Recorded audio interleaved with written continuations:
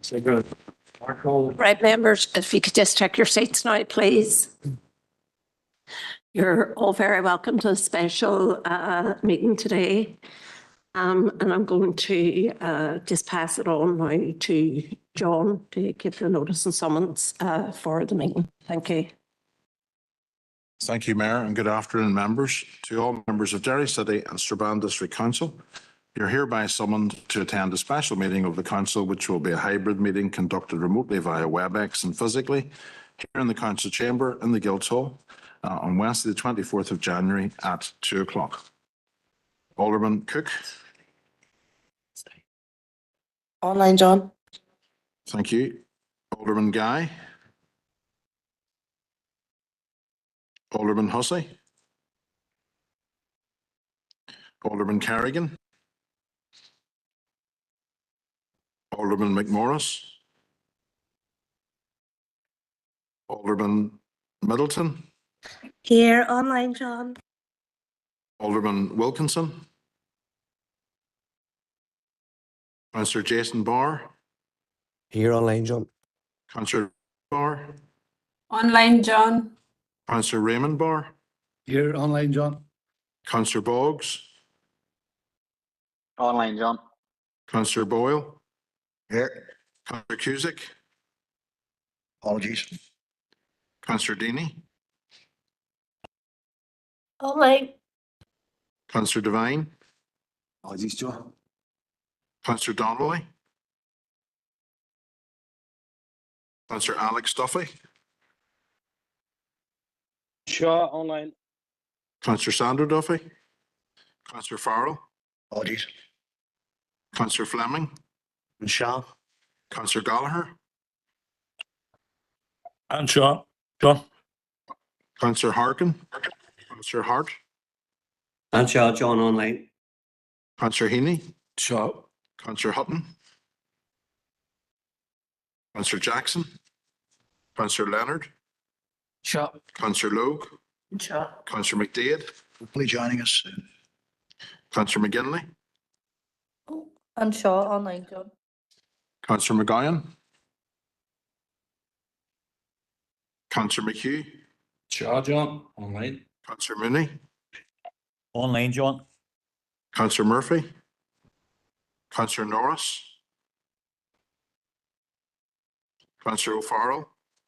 Shaw, John. Councillor Riley. Online, John. Councillor Tierney. Apologies. And Councillor Neelis. Shaw. Thank you, members. John, sorry, it's Alderman Cook here. Naria is online. She's just on the phone there at the minute. Okay, thank you.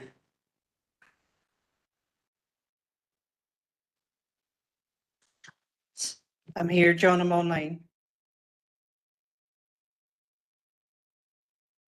Okay, members, I'm just going to read the broadcasting statement. I would like to remind everyone present at this meeting in the Guildhall or in attendance remotely that this meeting will be broadcast live to the internet and will be capable of repeated viewing. This broadcast may be terminated or suspended in accordance with our protocol.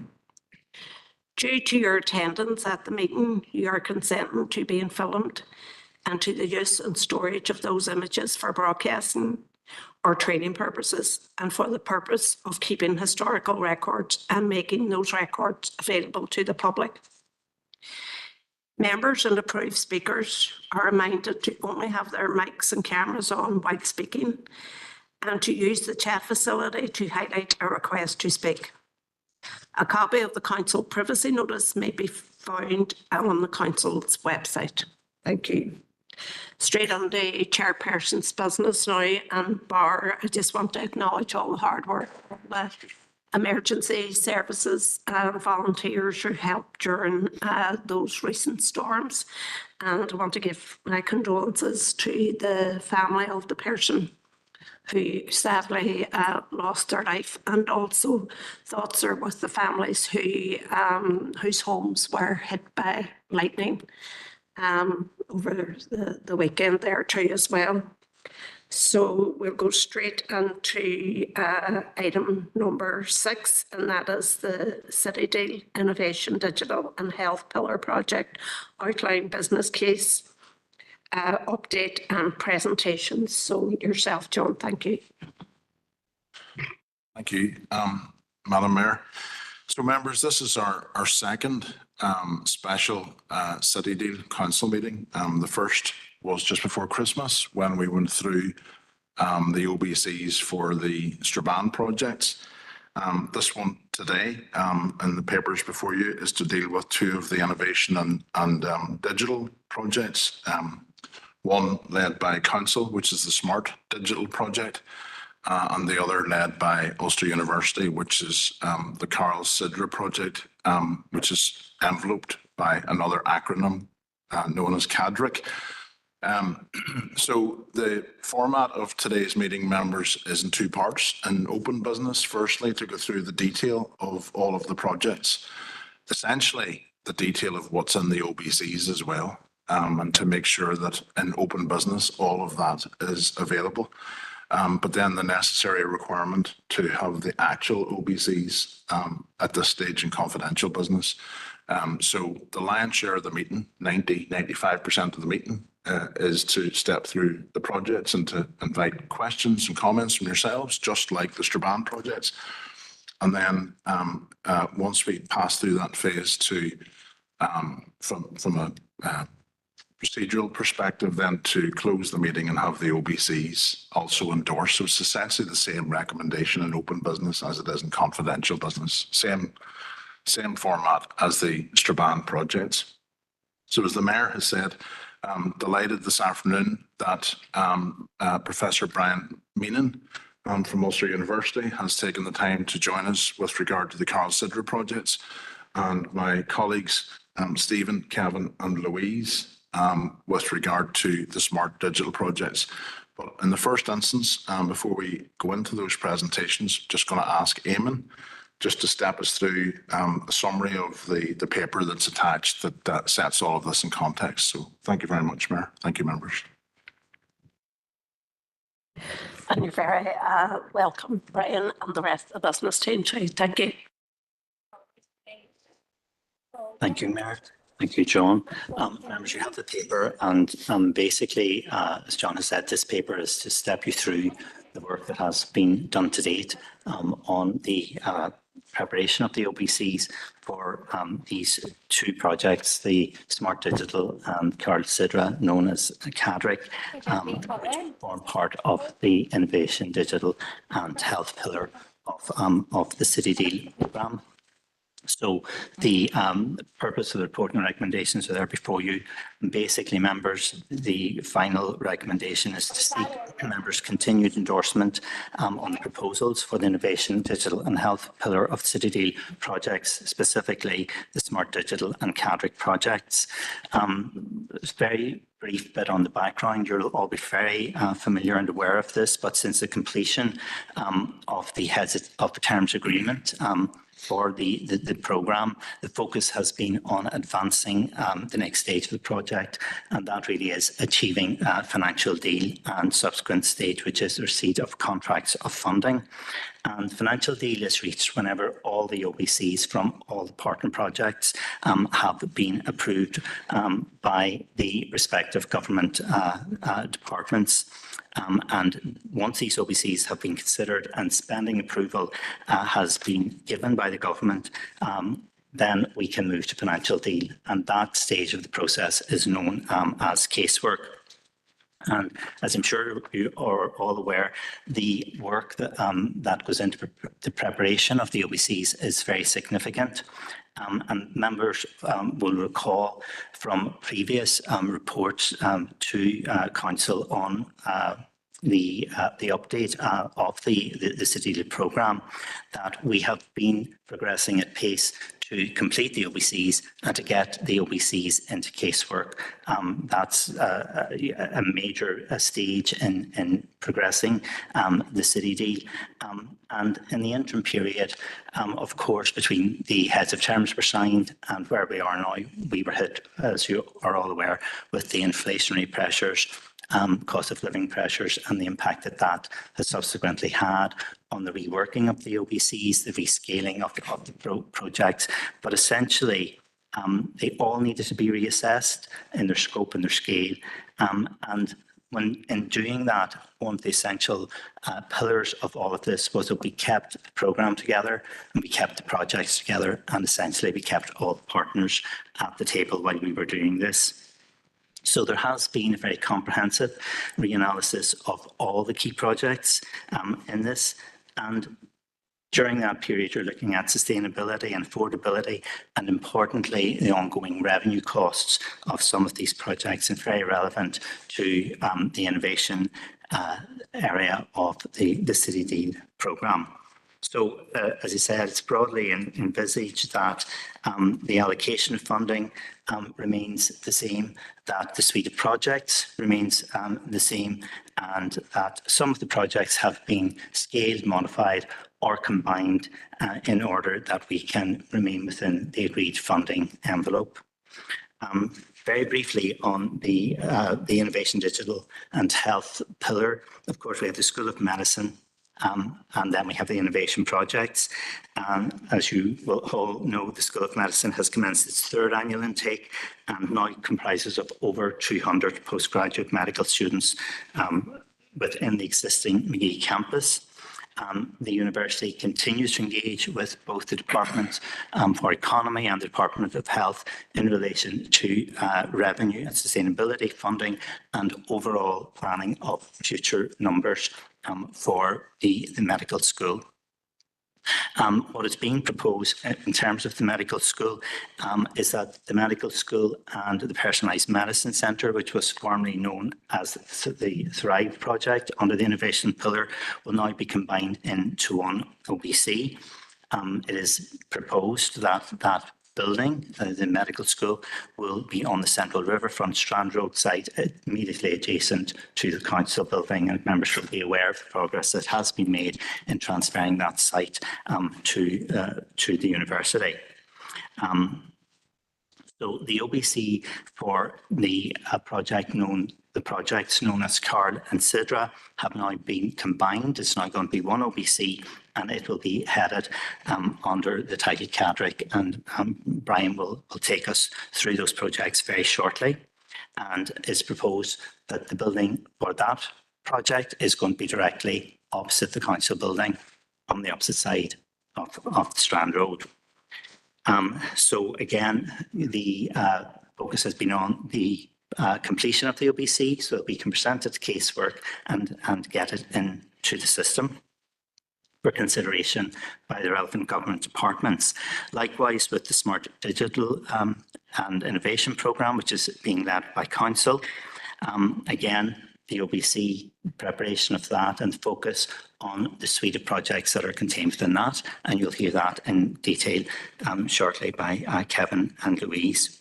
So the remaining OBCs on the Digital and Health pillar are the School of Medicine and the Personalised Medicine Centre, and as I said, they will now be combined into one OBC and presented to the government department, and they will be brought to council in due course. In terms of the implications and the next steps and considerations, members under section 4.1 to 4.8, I'm not going to go through that in detail. You can see that everything has been covered there. And lastly, the recommendation, members, for this stage of the presentation and the meeting is that members' endorsement is sought for the project and programme OBC submitted to casework, namely Smart Digital and Cadric, and for the continued direction of travel for the delivery of the Innovation, Digital and Health pillar of the City Deal programme. Thank you, members.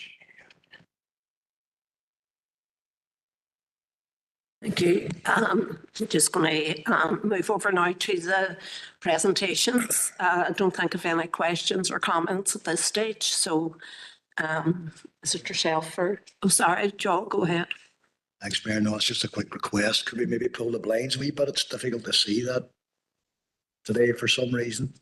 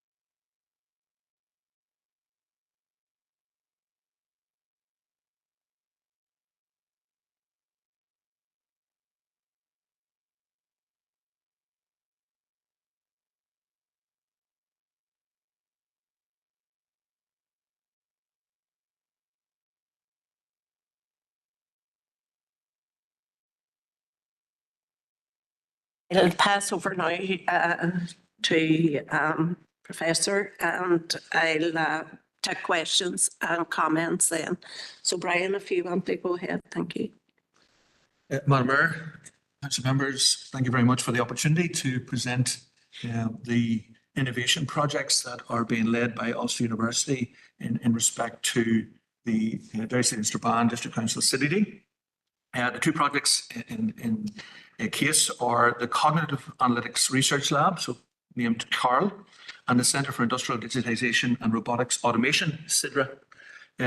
My name is Brian Meenan. I'm the Associate Dean for Research and Innovation for the Faculty of Computing, Engineering and the Built Environment at Ulster University. And I'm also the Senior Responsible Owner for these two innovation projects. And in that respect, I have the responsibility to the Vice Chancellor of the University regarding the delivery of these projects in respect to the operational aspects, but the cost and associated programme of activities.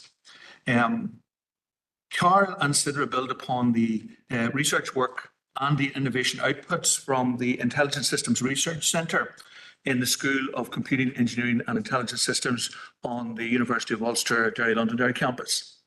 And as such, it builds on a very extensive group of researchers and activities associated with the areas of interest within the City Deal innovation projects. Next slide. The current location of the School of Computing, Engineering and Intelligent Systems and its core research activities around the Intelligent Systems Research Centre are based on the existing campus and point on to Strand Road. And the plan is that as part of the innovation project activities associated with the City Deals, we would invest in capital infrastructure adjacent to that particular site that links that research activity into a dedicated innovation centre for work with industry and with stakeholders to develop the next stages of innovation in the areas of cognitive analytics and industrial digitization and robotics automation.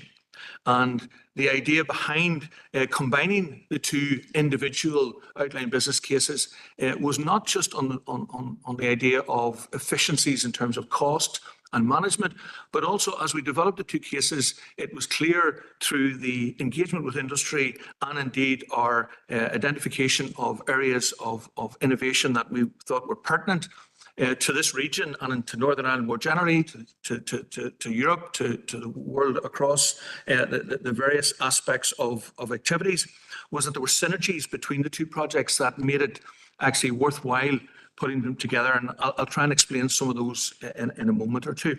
Next slide, please.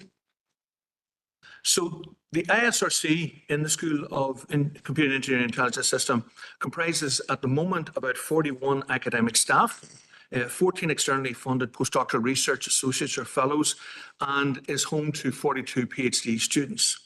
And it forms about almost 50% of the total activities in computer science and informatics at Ulster University.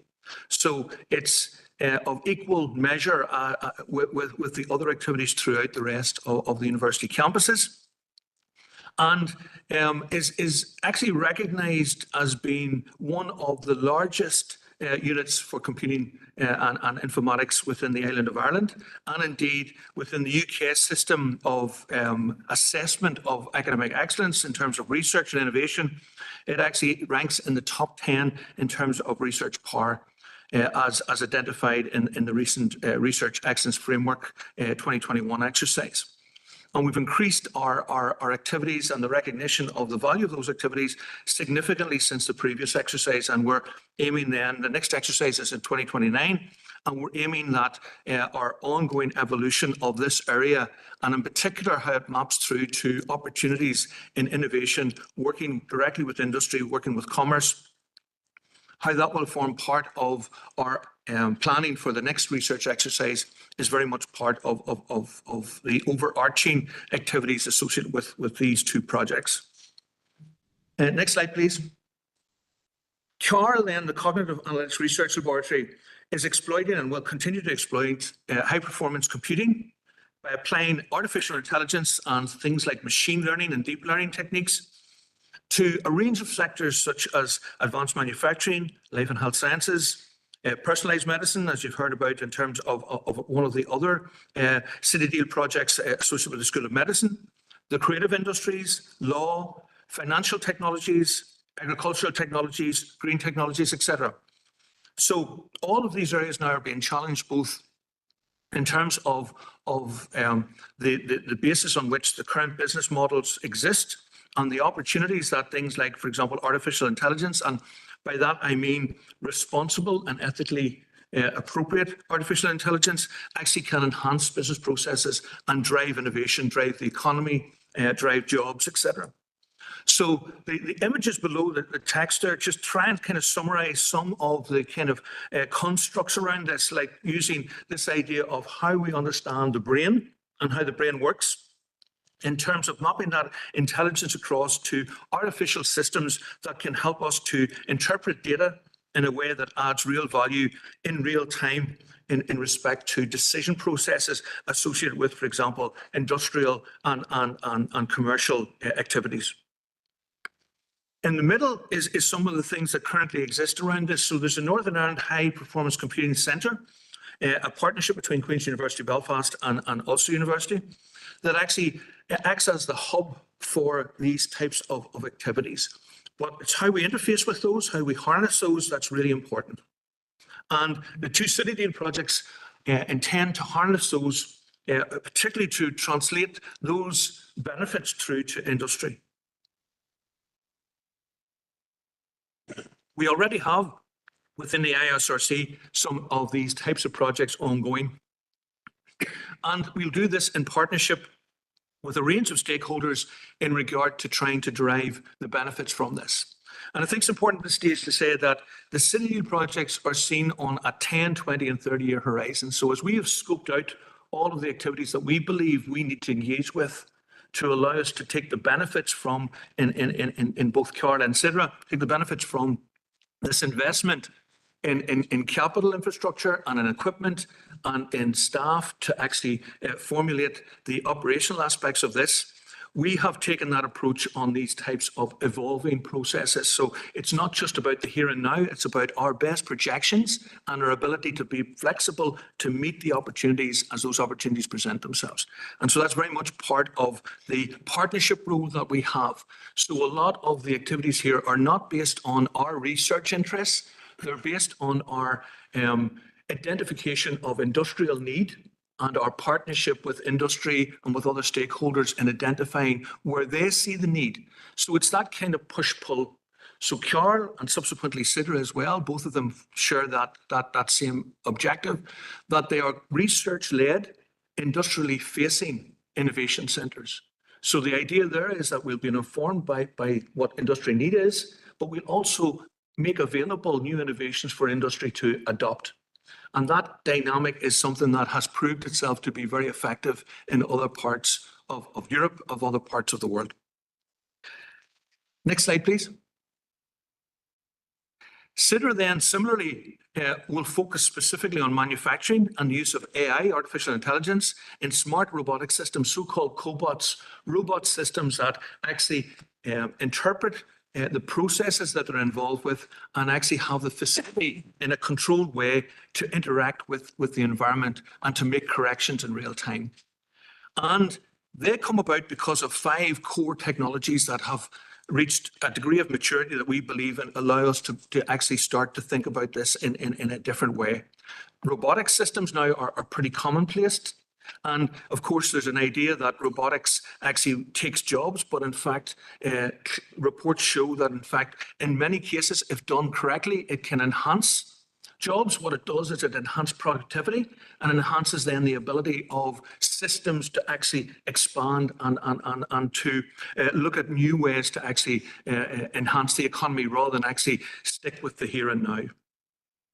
Things like, for example, automation, the idea of automating systems, AI, as I say, industrial Internet of Things, that's where you have sensors that feed back information.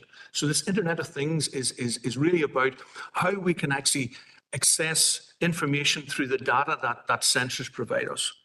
And then finally, additive manufacturing, this idea of new ways in which to actually do things at scale and volume. So before, you really had to invest a lot of money into doing things at volume. Now you can actually do things at scale as well. So you can do lower volume activities and still do them very cost effectively using things like additive manufacturing. So these opportunities, likewise, similar to Carol, we're doing that in regard to building a system where the Innovation Centre will have that ability to actually operate as a kind of centre of excellence for robotics and automation, integrating information systems into robotic systems, these so-called cobots, this collaborative robotics system, but do it in a way that is not just about big companies, but also about small companies as well. And that's a big focus in respect of what Sidra will do. And again, we have a pathway of engagement in terms of how we will map that through from our existing activities in this space through to what we would propose to be the activities in the Innovation Centre. Next slide, please. So Carl and Sidra as innovation projects then complement the key initiatives that are also ongoing in Northern Ireland and indeed beyond in respect of investments that are being made or have been made in these spaces. And the first couple relate to two of the key projects within the Belfast Regional City Deal. AMIC, which is the Advanced Manufacturing Innovation Centre, and CDHT, which is the Centre for Digital Healthcare Technologies. And what Carl and Sidra do is they do things that are more relevant to specific parts of where we believe this innovation activity is important. So, for example, Sidra is in close collaboration with AMIC, and CAR crosses AMIC and CDHT in regard to that. So we've been very careful to discuss with other key stakeholders as to how these projects and these innovation centres will work to create an ecosystem, to create something that in fact has value beyond the sum of the parts. It also then complements plans in the Mid-South-West growth deals and indeed some of the other growth deals in Northern Ireland. It also importantly then builds upon the strength in places, for example, Smart Nano AI project that Seagate here in the Northwest and in Derry actually are fronting up. The Innovate UK Smart Manufacturing Data Hub, which has just recently been funded.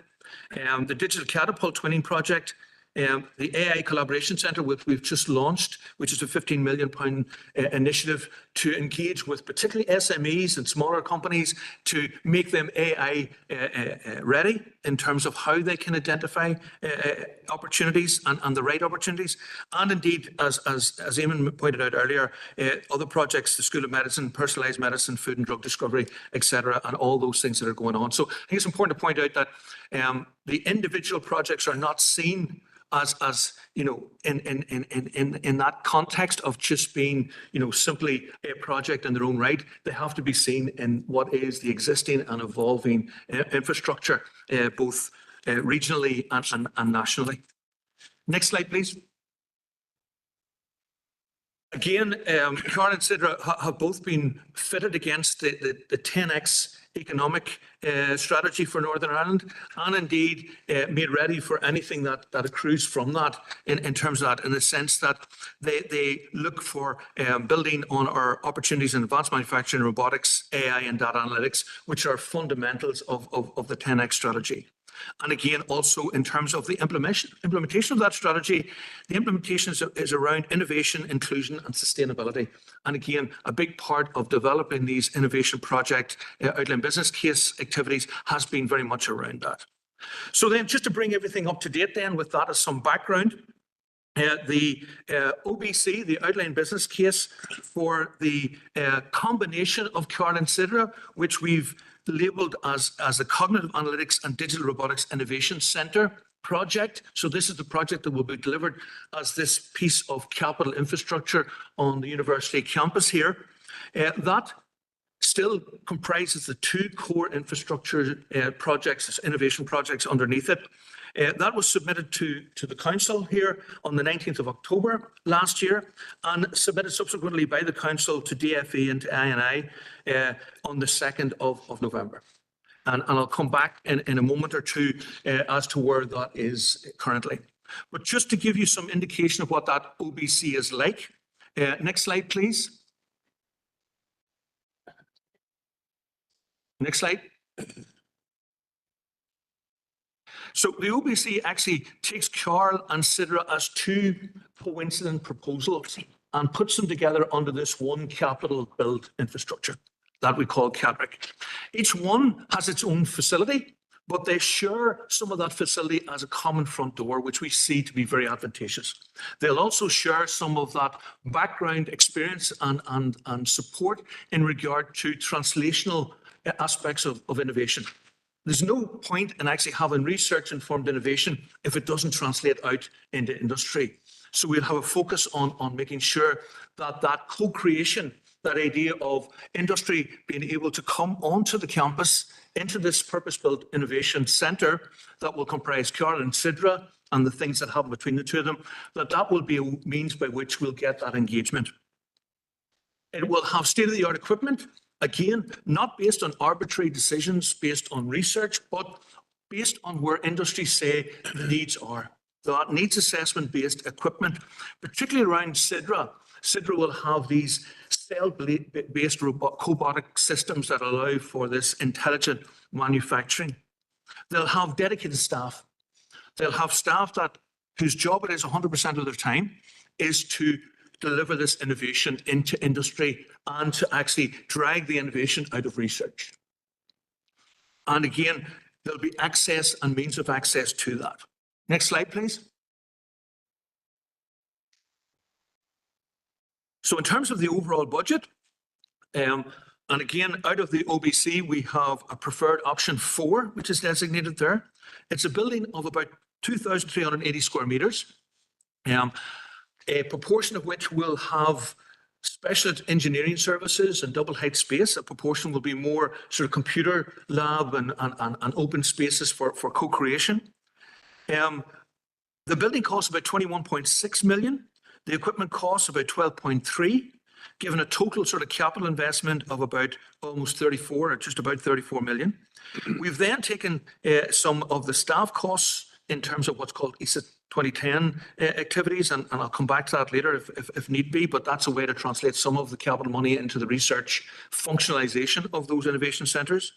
And we've got, importantly, we believe, an industrial engagement fund, particularly for Carl, to allow us to engage directly with industry. So not to say, okay, we're here, we're open for business, but to say we have a means to provide for you to work with us directly. And I think that's going to be very important. Some people call them challenge funds.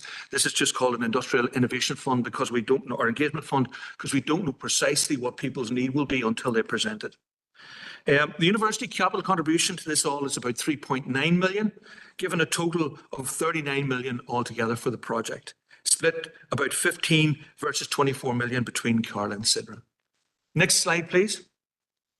Again, I don't want to dwell on this, but I'm happy to pick up on any questions either after the presentation or indeed subsequent to it.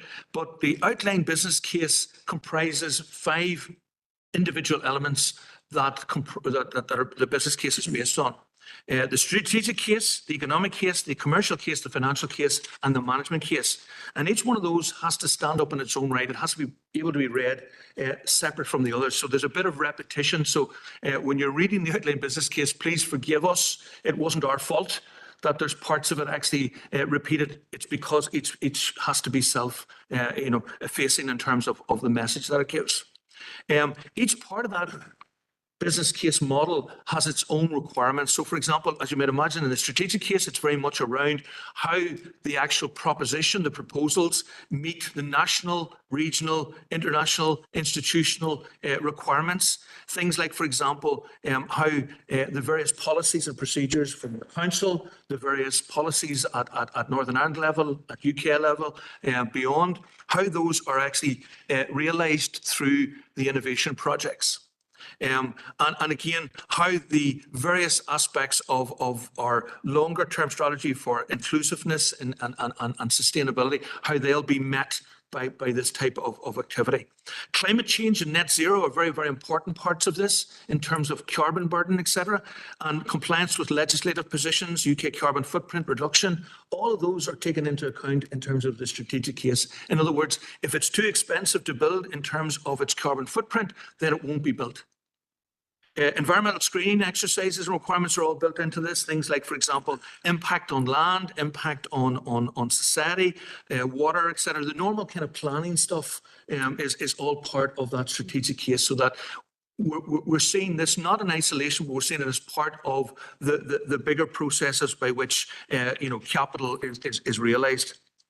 The economic case then actually provides an opportunity to look at a long list of options for these innovation centres, and then a short list from that long list, and then we have to cost up each one of those shortlisted options.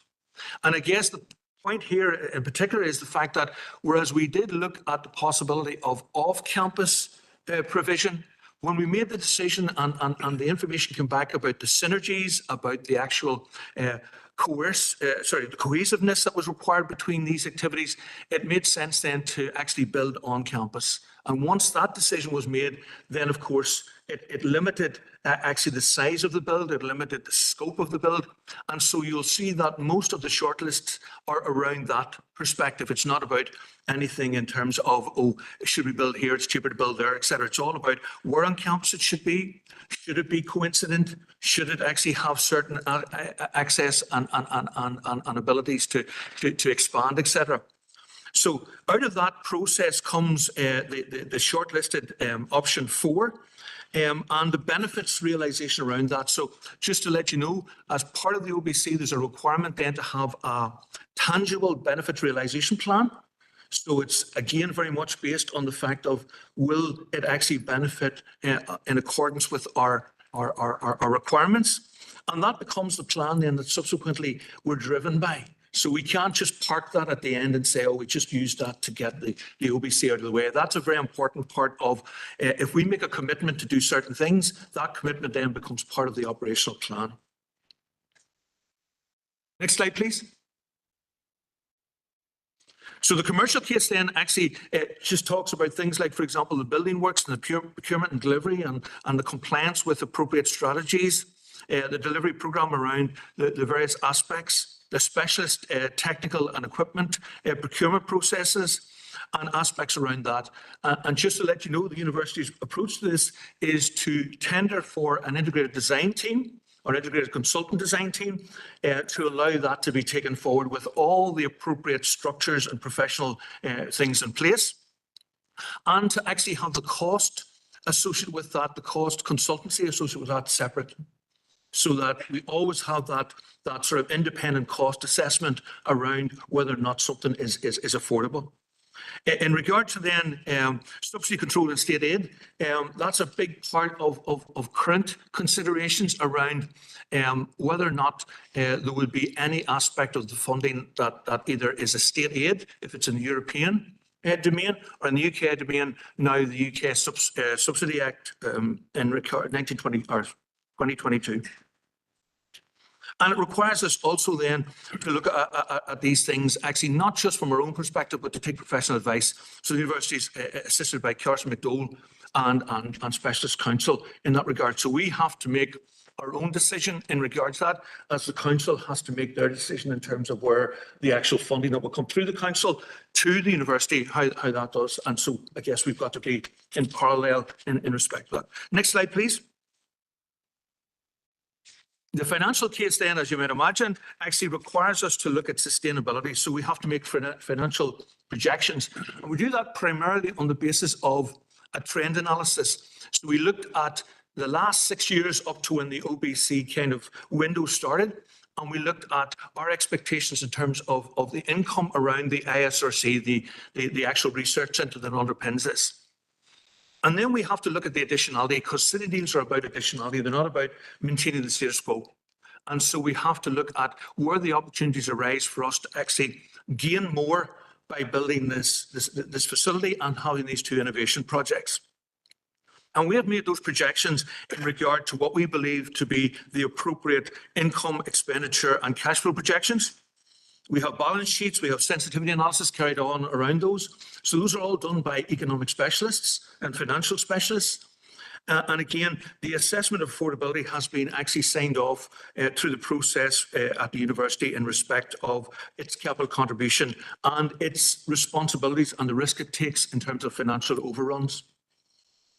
And the confirmation of stakeholder engagement comes into that as well. Again, that idea that we've worked closely with industry to realise the joint benefits of this. Next slide, please. And the last of the 5 cases then is the management case. For us, that starts with our university governance. And we have a 5-stage process that this OBC has come through, going from a steering group through to the senior leadership team, through to a special committee of the University Council, through to our resources committee, and then finally signed off by the University Council. So the OBC that was submitted back by Council back in November 2023 had went through all of these governance processes. The delivery programme then, as you might expect, is ongoing. The OBC is really in part only the start of this. There's a requirement for an FBC, a full business case, once we get through the next stages of assessment. And then obviously risk management is a very important part of this. Identification of risk and managing and mitigating those risks are a big part of that. And we have a project board associated with each innovation project. For Cardiff and Sidra, it's a combined board that look at this and is chaired by me in terms of my role as SRO. Next slide, please. So just to finish, and apologies if I've run over a little bit, just to keep to inform members as to where we're at the moment. So we got initial written assessment feedback from Invest Northern Ireland in regard to the OBC that was submitted by Council in November. Just to let you know, prior to this, the Department for the Economy were directly the investment decision makers and took the outline business cases to full business case through casework. Recently, DFE have deferred that responsibility to Invest Northern Ireland as the investment decision makers, and for this project and subsequent projects, they will be in that role. They have asked us, because they're going to do it in regard to their normal processes, they normally use consultants to actually inform their decisions. They've asked us for further verification around the value proposition for Cardiff and Sidra and some identification against further engagement with industry. That's ongoing. For example, at the end of this week, we have meetings with both Matrix, the Matrix panel, and with the Makers Alliance, which is the sort of representative group for manufacturing in Northern Ireland. Yes, there's also manufacturing NI, but at the advanced manufacturing stage, sort of sector, Makers Alliance is also a representative body. And we're engaging with them to get their endorsement so that we can get to the next stage of the formal assessment of the actual OBC.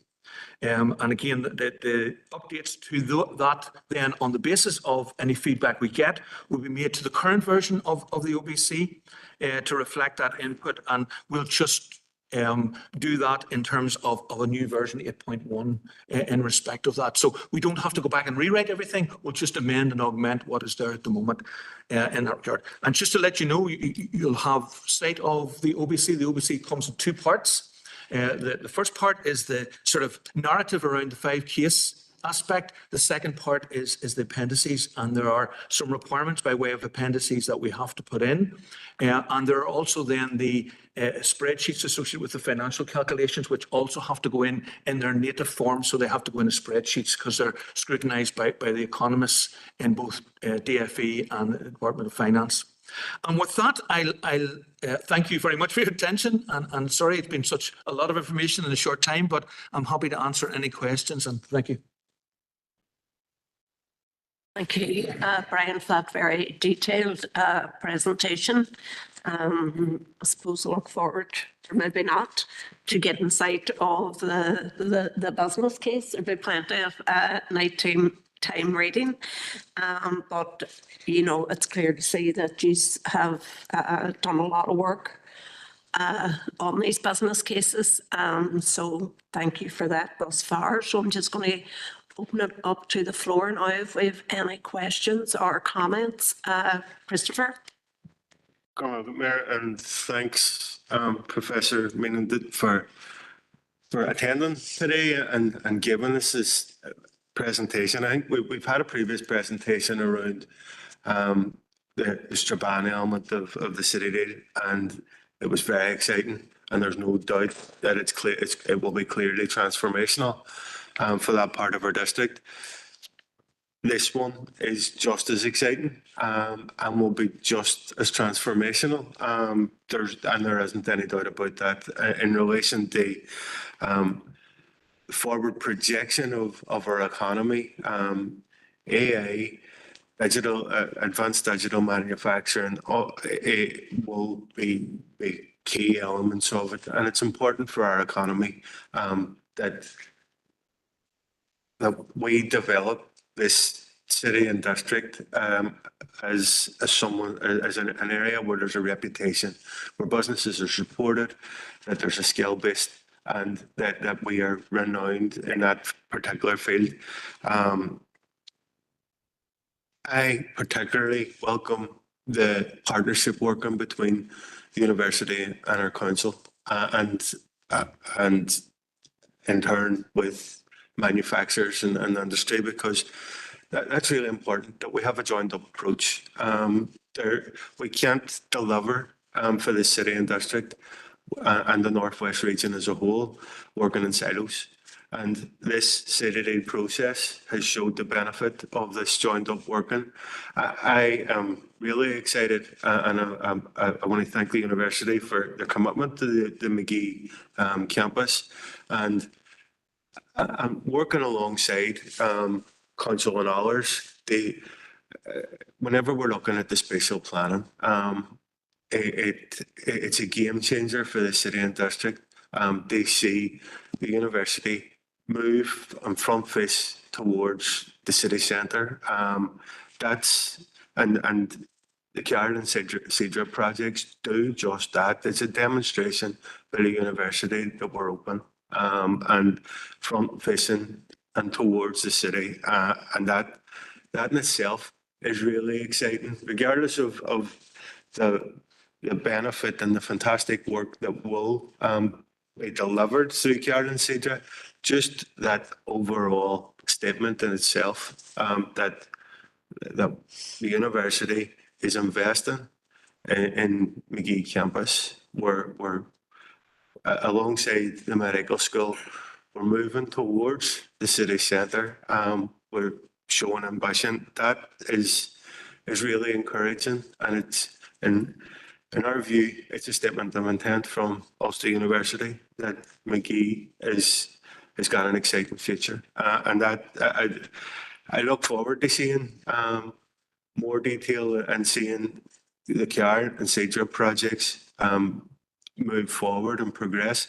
But I'm really, really excited about the partnership approach between council, between the university, across and the industry itself, because that's, if we're going to sustain employment in the Northwest, we need to be listening to the industry. We need to be working along with them and filling and in turn filling any skills gaps that have been identified, and the university are in key position to do just that. So I just want to thank you again, Professor, for coming here, and I look forward to seeing these projects being rolled out along with the other really exciting city projects that the council are working on.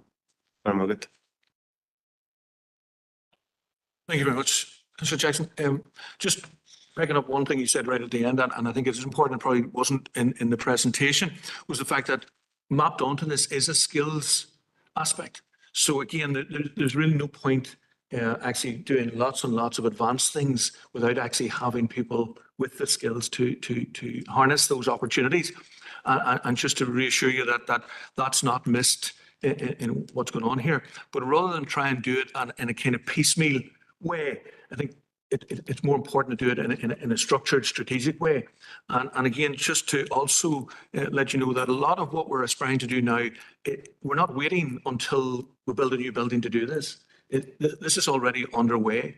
So, for example, the Artificial Intelligence Collaboration Centre, which is just, unfortunately, we announced it last week, but we had to cancel it at short notice because of last Thursday's kind of problems. But we will do that shortly. But that is very much a prelude to Carroll, and the campus here is one of the major nodes for that AICC. So we'll be engaging with SMEs, with entrepreneurs about AI and about digital science, even more so than we do already. as a prelude to what Carl will then bring on stream subsequently. Thank you, Brian. Thank you, Christopher. I have no indicated online speakers. John, you want to come in? Thanks, Mayor. I'll keep it brief. Isn't it interesting actually that intelligence systems can't stop the snow? Wouldn't that be good if it could? No, Brian, thanks for the presentation again. Look forward to seeing much more in the way of the detail. You're quite correct. There was an awful lot of information contained in that, but at the same time, it brought some degree of clarity around this. I think obviously it's very important that our City Industry Council are part of this project. I entirely see, and I was chatting to my colleagues about that, we do see the logic of why it would be that you would have put the two projects together because of the level of synergy that there actually is in terms of that. And I suppose, I'm very much a layman when it comes to these sorts of things. I imagine many of us are. But, it looks like a huge outlay of money. But from my perspective, it's very, very important that we as a city and our university campus as part of that are in the game globally because there's just so much competition out there right across the world. And if we weren't looking at developing these types of projects, you would fear that you would fall significantly behind. I do know of the work of the department there currently, and that's encouraging. And again, this is something I think that develops that well. And I I've probably got a question in relation to this, but I genuinely do, on behalf of my own party colleagues, welcome the project. I'm kind of trying to visualize where physically on campus that what's somewhere near that red brick building, but I don't know where, so I'd be fascinated to know where. And I suppose the advantage of putting it on campus as well, actually, is that there's no land acquisition. And so there's no financing that is required around that. And that absolutely makes sense as well, So I can see the logic of it being on campus, but also there's the added benefit, of course, is that the university within the lands already controlled by the university. So very much welcome it. So I suppose if you could for me, give me a visual map. I know the campus quite well. Actually, I use it as a shortcut into town quite regularly and walk down through it.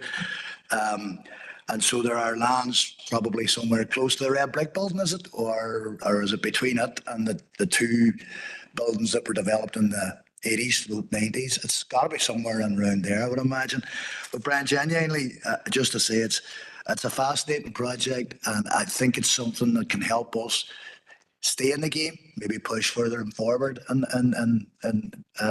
the robotics and AI and all of those various things that I don't really understand that much, and I leave that to the younger generation. They're probably better at it, but certainly it's exciting. It's a really, really exciting project and something I think we should all obviously get behind and certainly welcome it at this stage.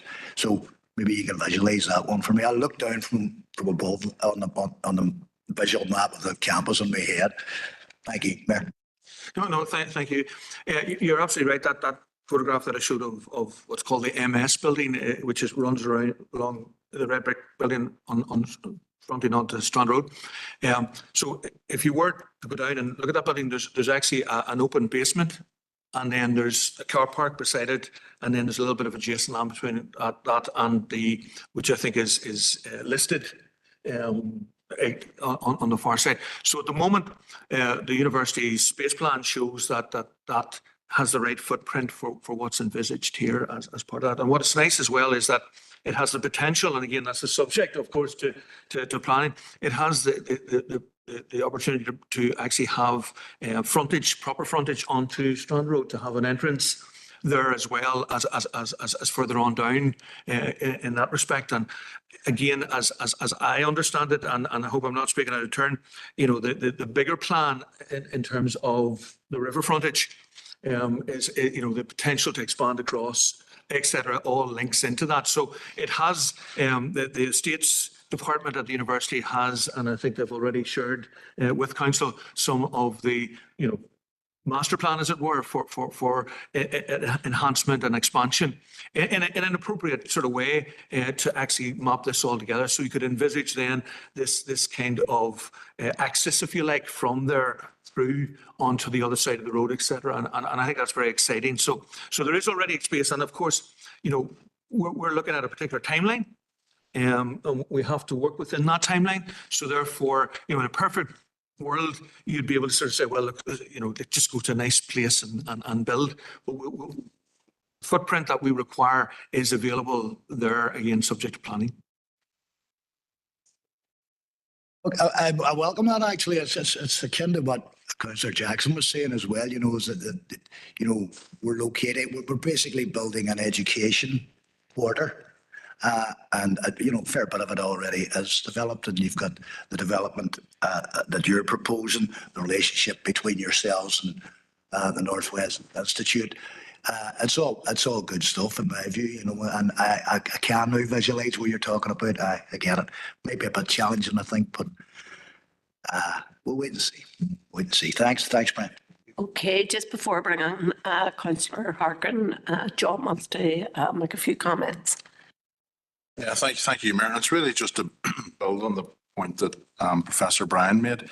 That, I suppose, has been the real excitement of the joined-up nature of working on the City Deal projects from the start. I think it was referenced earlier, the spatial nature of this, not just the innovation nature of it. So the concept from the start was to try to marry both, so that we're not simply building innovation buildings within a university campus that are not accessible or visible, and that they actually become part of the wider regeneration of the city and district and the riverfront. So we're very pleased to be at a stage where those options appraisals have all more or less crystallized at this stage, and we can say, in conjunction with the university, that that is going to be the site for the Cadrick building. That'll animate Strand Road. The wall that currently exists in front of it will be able to be removed, and there'll be active university frontage onto Strand Road, which will then complement, of course, the School of Medicine being built on the other side, and then future plans beyond that again. And members will know that in parallel with all of this, we're working up the Riverfront Spatial Plan as the other project in City Deal, and all of that will be articulated on that plan and how all of this works together. So it's not just regeneration plan working in isolation of the innovation plan, or indeed the wider expansion of the university project, but that they're all beginning to become joined up in one carefully thought through, joined up process of investment, which will be highly visible and which will completely transform the riverfront in the decades to come, and will be a very visible sign of the investment that has taken place through City Deal and how that has catalysed a number of other developments. So thank you, Mayor. Councillor Harkin. Thank you, Mayor, and thank you for the very, very detailed presentation. And the paper was helpful to that end as well. And there is no doubt that we're talking about cutting-edge technology here in terms of the university. And I suppose, as you know, from our point of view in terms of the council, a lot is dependent on the City Deal and the expansion of the university, because what we want is, you know, better paying jobs, more jobs, and a university of 20,000 students. That is our goal. So if you don't mind, but how do you see that, these two projects contributing to that? And that's one question. We did say about the I mean, Ulster University's contribution is 3.9 million, which isn't a lot, and I know that has to be taken in the broader scale of things. So I'm just pointing that out. I suppose another question I had is, like you mentioned the AMIC deal or AMIC, like how exactly does this contribute to that or complement it, and where does it fit in that broader range of initiatives that are already existing across the north? And then the last one is, like, do you have an idea as to when this will be completed? Like, I know that might be difficult for you, but are you thinking 2 years, 5 years, 10 years for these buildings to be up and for this to be, existing as a fact rather than as a kind of something that we're hoping to make happen? Thanks. Maybe starting with the first one then. I mean, I guess, the Vice Chancellor has obviously engaged with Council and with other stakeholders in the region in terms of the university's plan for growth and how that maps through.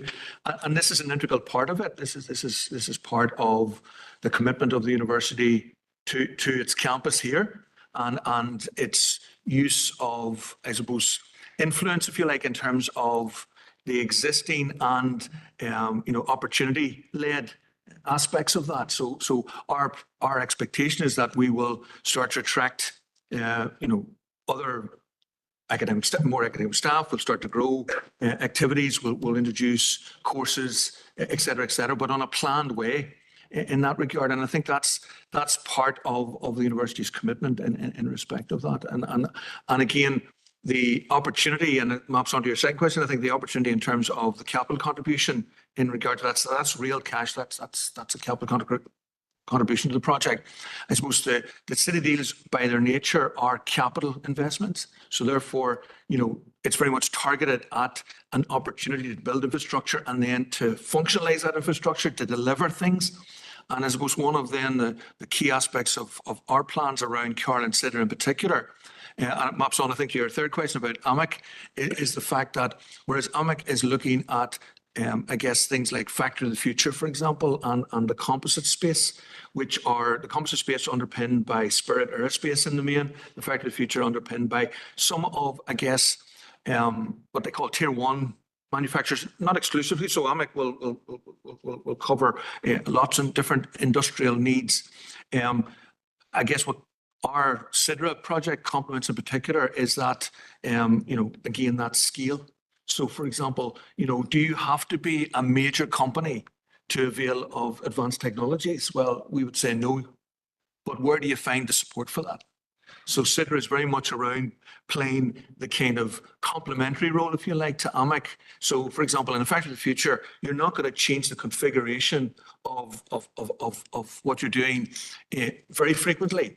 Whereas we would expect through Sidra to have that flexibility. You wouldn't be doing it every week, but certainly led by industrial need, we would expect to do it on a scheduled basis to allow for that evolution of where people see value in what to do in respect of that. So those are the kind of overarching principles, that this is all based on, is that. And again, the skills part, the ability to be able to actually expand, the provision of I suppose, what you may describe as face-to-face taught and other forms. So, for example, through AICC, which I mentioned earlier, we have a program of grassroots up activities. So these are, self-directed learning in the first interest. These are people who just have an interest in, I wonder, what is machine learning? And it's kind of building up that competence and that interest in people to start to sort of say, well, maybe I'd like to be involved more formally in education in this space, and building it up in different waves to allow people to actually engage without just throwing it out there and saying, it's there, take it or leave it. It's more a kind of partnership role in terms of driving that. And of course, the top end of that for us is undergraduate and postgraduate qualifications, but we realize there's a continuum there, and we have to be part of how we deliver that opportunity to people. Okay. Thank you, Brian. We're going to move on now to, sorry, I did yourself. Thank you.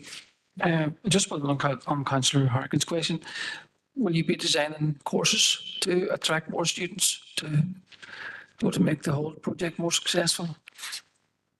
I mean, I think on the skills side, certainly those will be inculcated with that. So as I say, there's a kind of raft of different types of skill requirement in terms of that, all the way up to courses. I suppose, yes, the short answer is yes, dependent on then the subsequent need. So, we realize that if you design an undergraduate degree course, you have a commitment to that course for an appreciable amount of time to make it of any value to anyone. So therefore, we don't do that lightly. So we can evolve a course, but then when we need to bring on a new course, then we would look at the market requirement, the market need, the opportunity, and build them out that way. Because again, it makes no sense to kind of, just follow a trend and then find out after 2 years that students don't want to do that course. So we're very measured in how we do that, but we do see opportunities around AI is mostly taught at postgraduate level at the moment, but it is part of undergraduate curricula. We would expect to see, for example, those courses in 5, 7 years' time to be more prevalent because there's an opportunity for undergraduates to say, well, look, if I have a degree in that, there's a career path for me.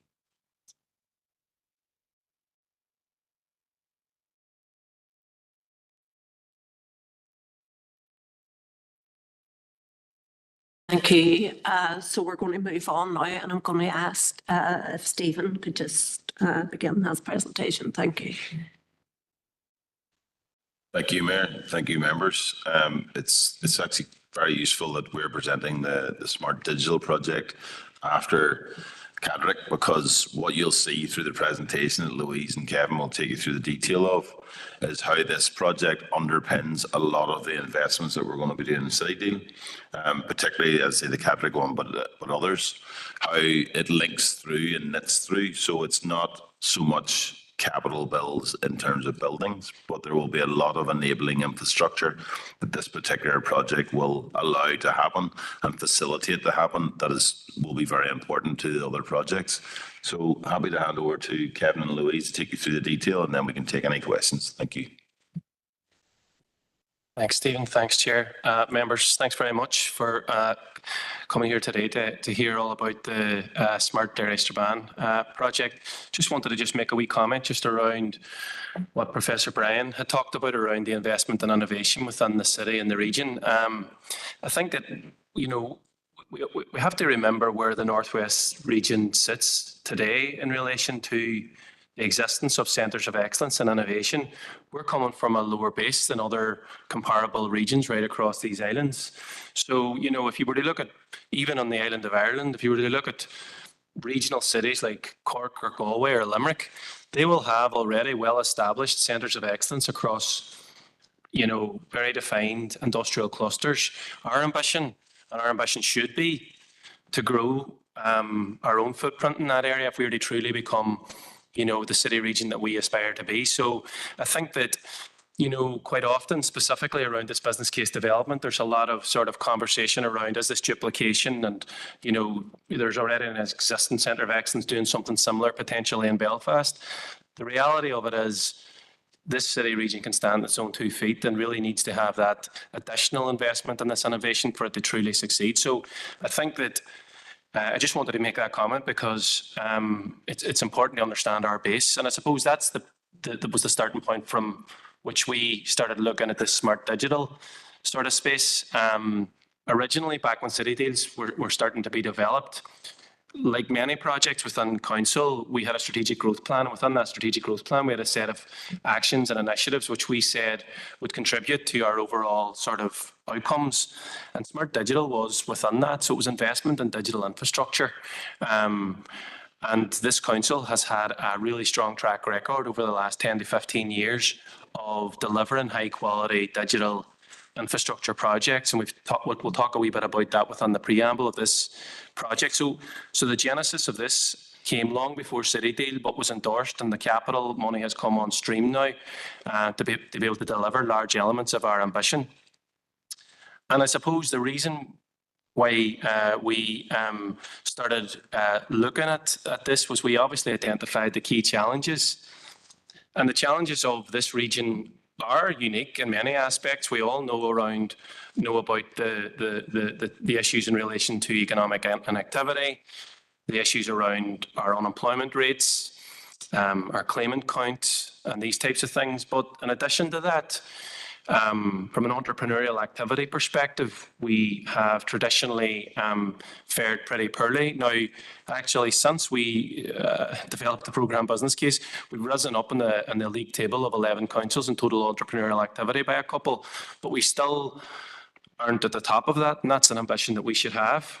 You know, we are a very innovative people. I suppose it's about marrying that innovation with knowledge and, you know, investment and skills. In addition to that, a long identified challenge for this region has been around the brain drain. And that brain drain isn't just necessarily around skills, people going elsewhere to access skills and education. That's also about people going elsewhere to establish their business, to recruit staff, to grow and to really prosper. So the Smart Digital tries to tackle some of the underlying issues which have contributed to these bad outcomes. Like everything City Deal, we have to talk about productivity, we have to talk about competitiveness, and we have to try to address that challenge. So when you look at this region, we don't perform particularly well. And so the initiatives that we've identified, when I say we, the collective community right across this region and on a cross-border basis have identified, aim to address, if not all, but some of these underlying challenges. And so when you think about digital infrastructure and smart cities, there are a number of drivers for why city regions, why local authorities get involved in this type of activity. Probably the number one issue that is prevalent today is around climate change and around the need to achieve net zero and the environmental challenges that are out there. Obviously, this last couple of weeks, we've been, you know, pretty, there's been a number of adverse weather events, and some of the projects that we're actually going to develop within the Smart Digital will actually aim to try to give us early warning or if not prevent, make us better prepared, increase our preparedness around trying to deal with the real challenges that are resulting from climate change that we in this city and district have been dealing with over this last number of years, are not something that are happening in a faraway continent or country. The impact of inadequate digital infrastructure and how that will impact on us as a city region to basically grow. SMEs, micro businesses, our general public, our communities need solid, strong digital infrastructure if they're to prosper. And also to take advantage of the improving technology capabilities, which actually remove many of the barriers to entry for new businesses and entrepreneurs to start up and to grow themselves. So these are some of the drivers of need that were identified in the project. And I suppose when we did start out with the project, we very quickly brought together a huge amount of stakeholders and delivered a number of workshops to try to understand, try to basically test drive the initiatives that we had developed originally as part of City Deal. Some of those initiatives survived and some of them were let go and new initiatives came on board. But most importantly, we agreed a shared vision, and that shared vision really is around, when you think about it, if you do really boil it down, it's around trying to tackle and increase regional competitiveness. And everything else should flow from that. The sustainability of the region, the quality of life of our citizens, how we as a council deliver public services should improve. And we should be able to do that more efficiently, at better value for money for our ratepayer, and a better service to our ratepayer too. So this project actually is very much it's very much a synergistic project which tries to bring together a number of different initiatives to basically deliver things in a better and more efficient manner.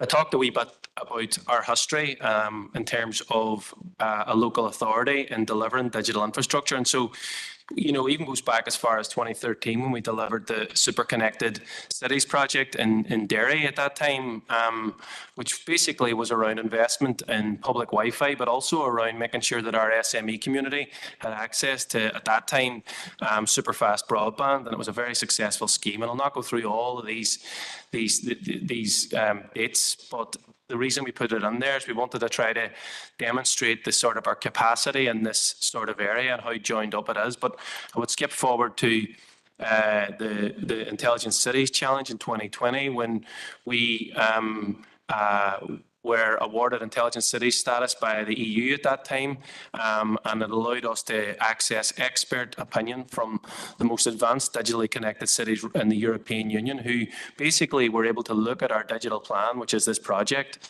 and try and sense check it and give us their expertise and tweak it and make sure we were on the right lines. But in 2022, what we did was we worked with Catalyst to bring together all of our stakeholders around this project to try to, as I say, ensure that it was joined up and that it was bigger than the sum of its parts. In addition to the City Deal investments, we're obviously also taking forward the Rural Smart Digital Hubs initiative, which is a Peace Plus application, which is being developed at this present moment in time. We have key locations identified, which will mirror some of the investments that weren't possible to be developed out of City Deal, to try to ensure that we try to bring the benefit of this right across the district itself. So we'll talk a wee bit about that further ahead. But like Brian, we have to obviously be cognizant to the overall strategic side of the project. We ourselves, as a programme business case, not an outline business case, a programme business case.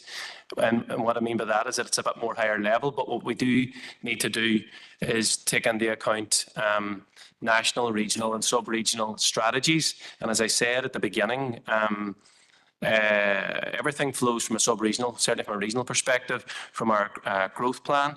But also then we've taken into account other plans that have been developed since that, specifically around our regional energy strategy, climate adaptation plan, our net zero roadmap, and then it flows right up above. Obviously, we take into account the ambition that has been identified within the 10X vision. And I suppose what I would say about that is that that's obviously DFE's flagship project at the minute, and we have made sure that we are well within that. But our ambition actually probably goes a bit beyond what's within 10X. We are very clear about what the priorities are. This council is very clear about what the priorities are within this region, and I think that our plan within this sphere reflects that. And then at a national level, it's important that we take cognizance of what's happening at UK government level and beyond. So just in terms of, there was one of the questions there, Councillor Harkin asked about around alignment. Look, there's a lot of things happening in this space at the minute, as I've said, and things that are welcome and needed. But I think that what's important is that we are aware of and we are talking to, and these projects are all talking to each other and trying to make sure that there's real synergy is happening at the heart of all of these projects. And so within our programme business case, we've laid out a very succinct pathway to how these projects, all of them, not just City Deal, but our Peace Plus ambitions, wider than City Deal in relation to even the public realm, proposed public realm in Strabane and beyond, how they all link together and hopefully complement each other. In addition to that, Council's obviously led on the Full Fibre NI project. DFE have delivered Project Stratum and are currently delivering Project Gigabit. These are all things that actually at the start give me a wee bit of concern. How do we kind of untangle all of this and make sure that they all map together? But we've managed to be able to do that over this last couple of years. And as we drill down into great detail across these projects, I think that the opportunities that exist for this city and district as a result of all of these projects coming together at a relatively similar timescale will be phenomenal. In addition to that, obviously, Ulster University are really delivering around personalised medicine, Cedra and Card project you've already heard of, the School of Medicine, but you've got great projects currently being delivered by the Northwest Regional College. And what this Smart Digital project has the ability to do is actually act as the foundation, the digital foundation for all of these projects to basically deliver even more for our communities and actually to get out beyond talking to big industry or talking to the SMEs and the micros, but actually our community sector and our general public. So that's kind of the ambition that we've tried to set out within the business case. Talked a wee bit about the stakeholders, and this is important. We kind of tackled this at 4 different levels. At the bottom of that sort of diagram, you see the public sector. The public sector are, the #1 investor in this in this region. They have the biggest spend, and they deliver obviously a huge array of public services. So it was important to talk to the public sector about the services that they deliver and whether or not technology improvements and digital investment could help deliver those services better. And actually, would this project allow a procurement route for local businesses to access contracts and businesses across a wide variety of government departments? And so it's a wee bit around the conversation around social clauses and social value. I think that this project has the ability to do that. So we brought those guys in from day one. Obviously, we have to take into account Invest NI, the Matrix panel, Hirani, who are from a health and life sciences perspective. But we were very much cognizant around who spends a lot of money in delivering public services and can that be done better. Clearly, industry. So when DFE look at this business case, they're going to be thinking about how are we interfacing with industry? How can this help industry create more employment? How can it create better paid jobs? And how can we do that locally? So we talked to large employers and small employers. Not all the employers we talked to are, that's just a snapshot of some of the people that we were chatting to within this, but we tried to cover the key sectors that are going to be delivered within City Deal: life and health sciences, advanced manufacturing, financial technologies, insured tech, those types, and actually the tourism industry too, to understand what their needs were and how would they benefit from the projects that we're trying to deliver.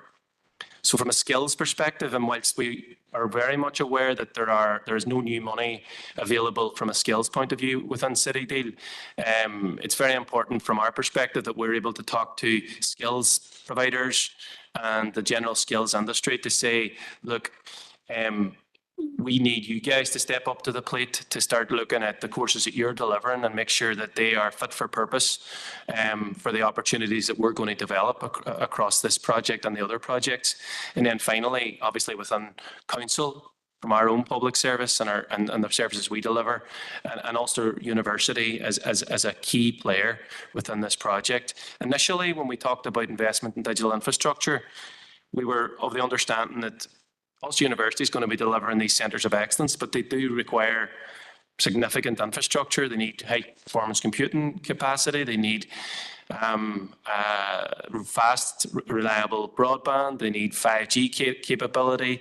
They need an array of IoT equipment and that type of thing. So what we're doing is making sure that the equipment that we're investing in is aligned and not duplicating what Ulster are already doing, but will also benefit their projects and really bring them into the public consciousness.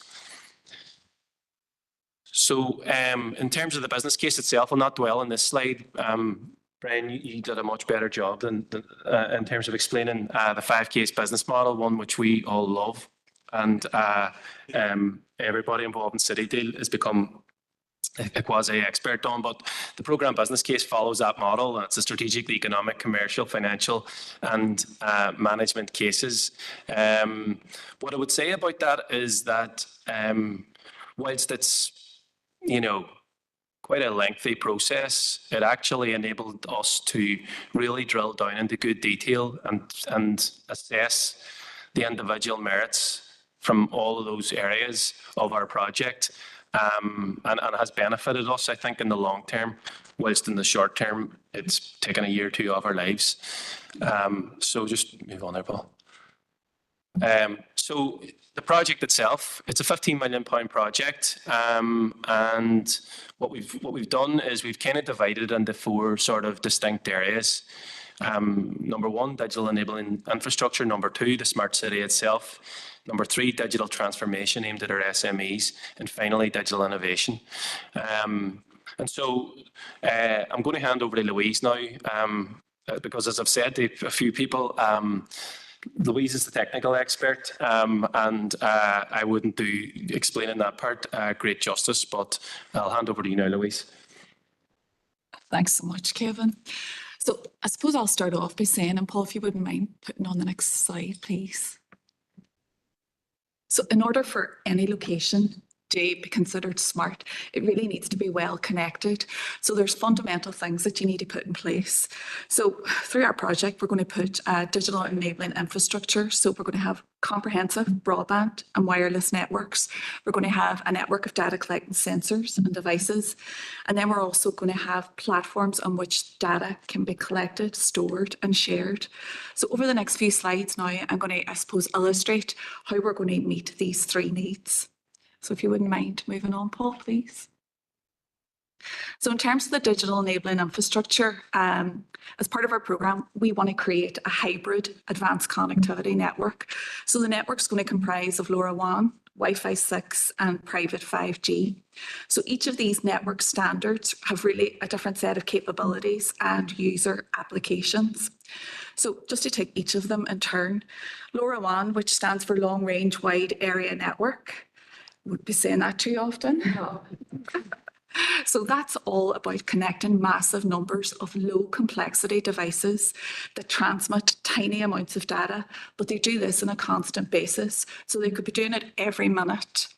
So examples of, applications for LoRaWAN include things like smart parking sensors, which can detect spaces, that are either empty or full, occupied, free, putting sensors on bins to monitor the levels of waste within them.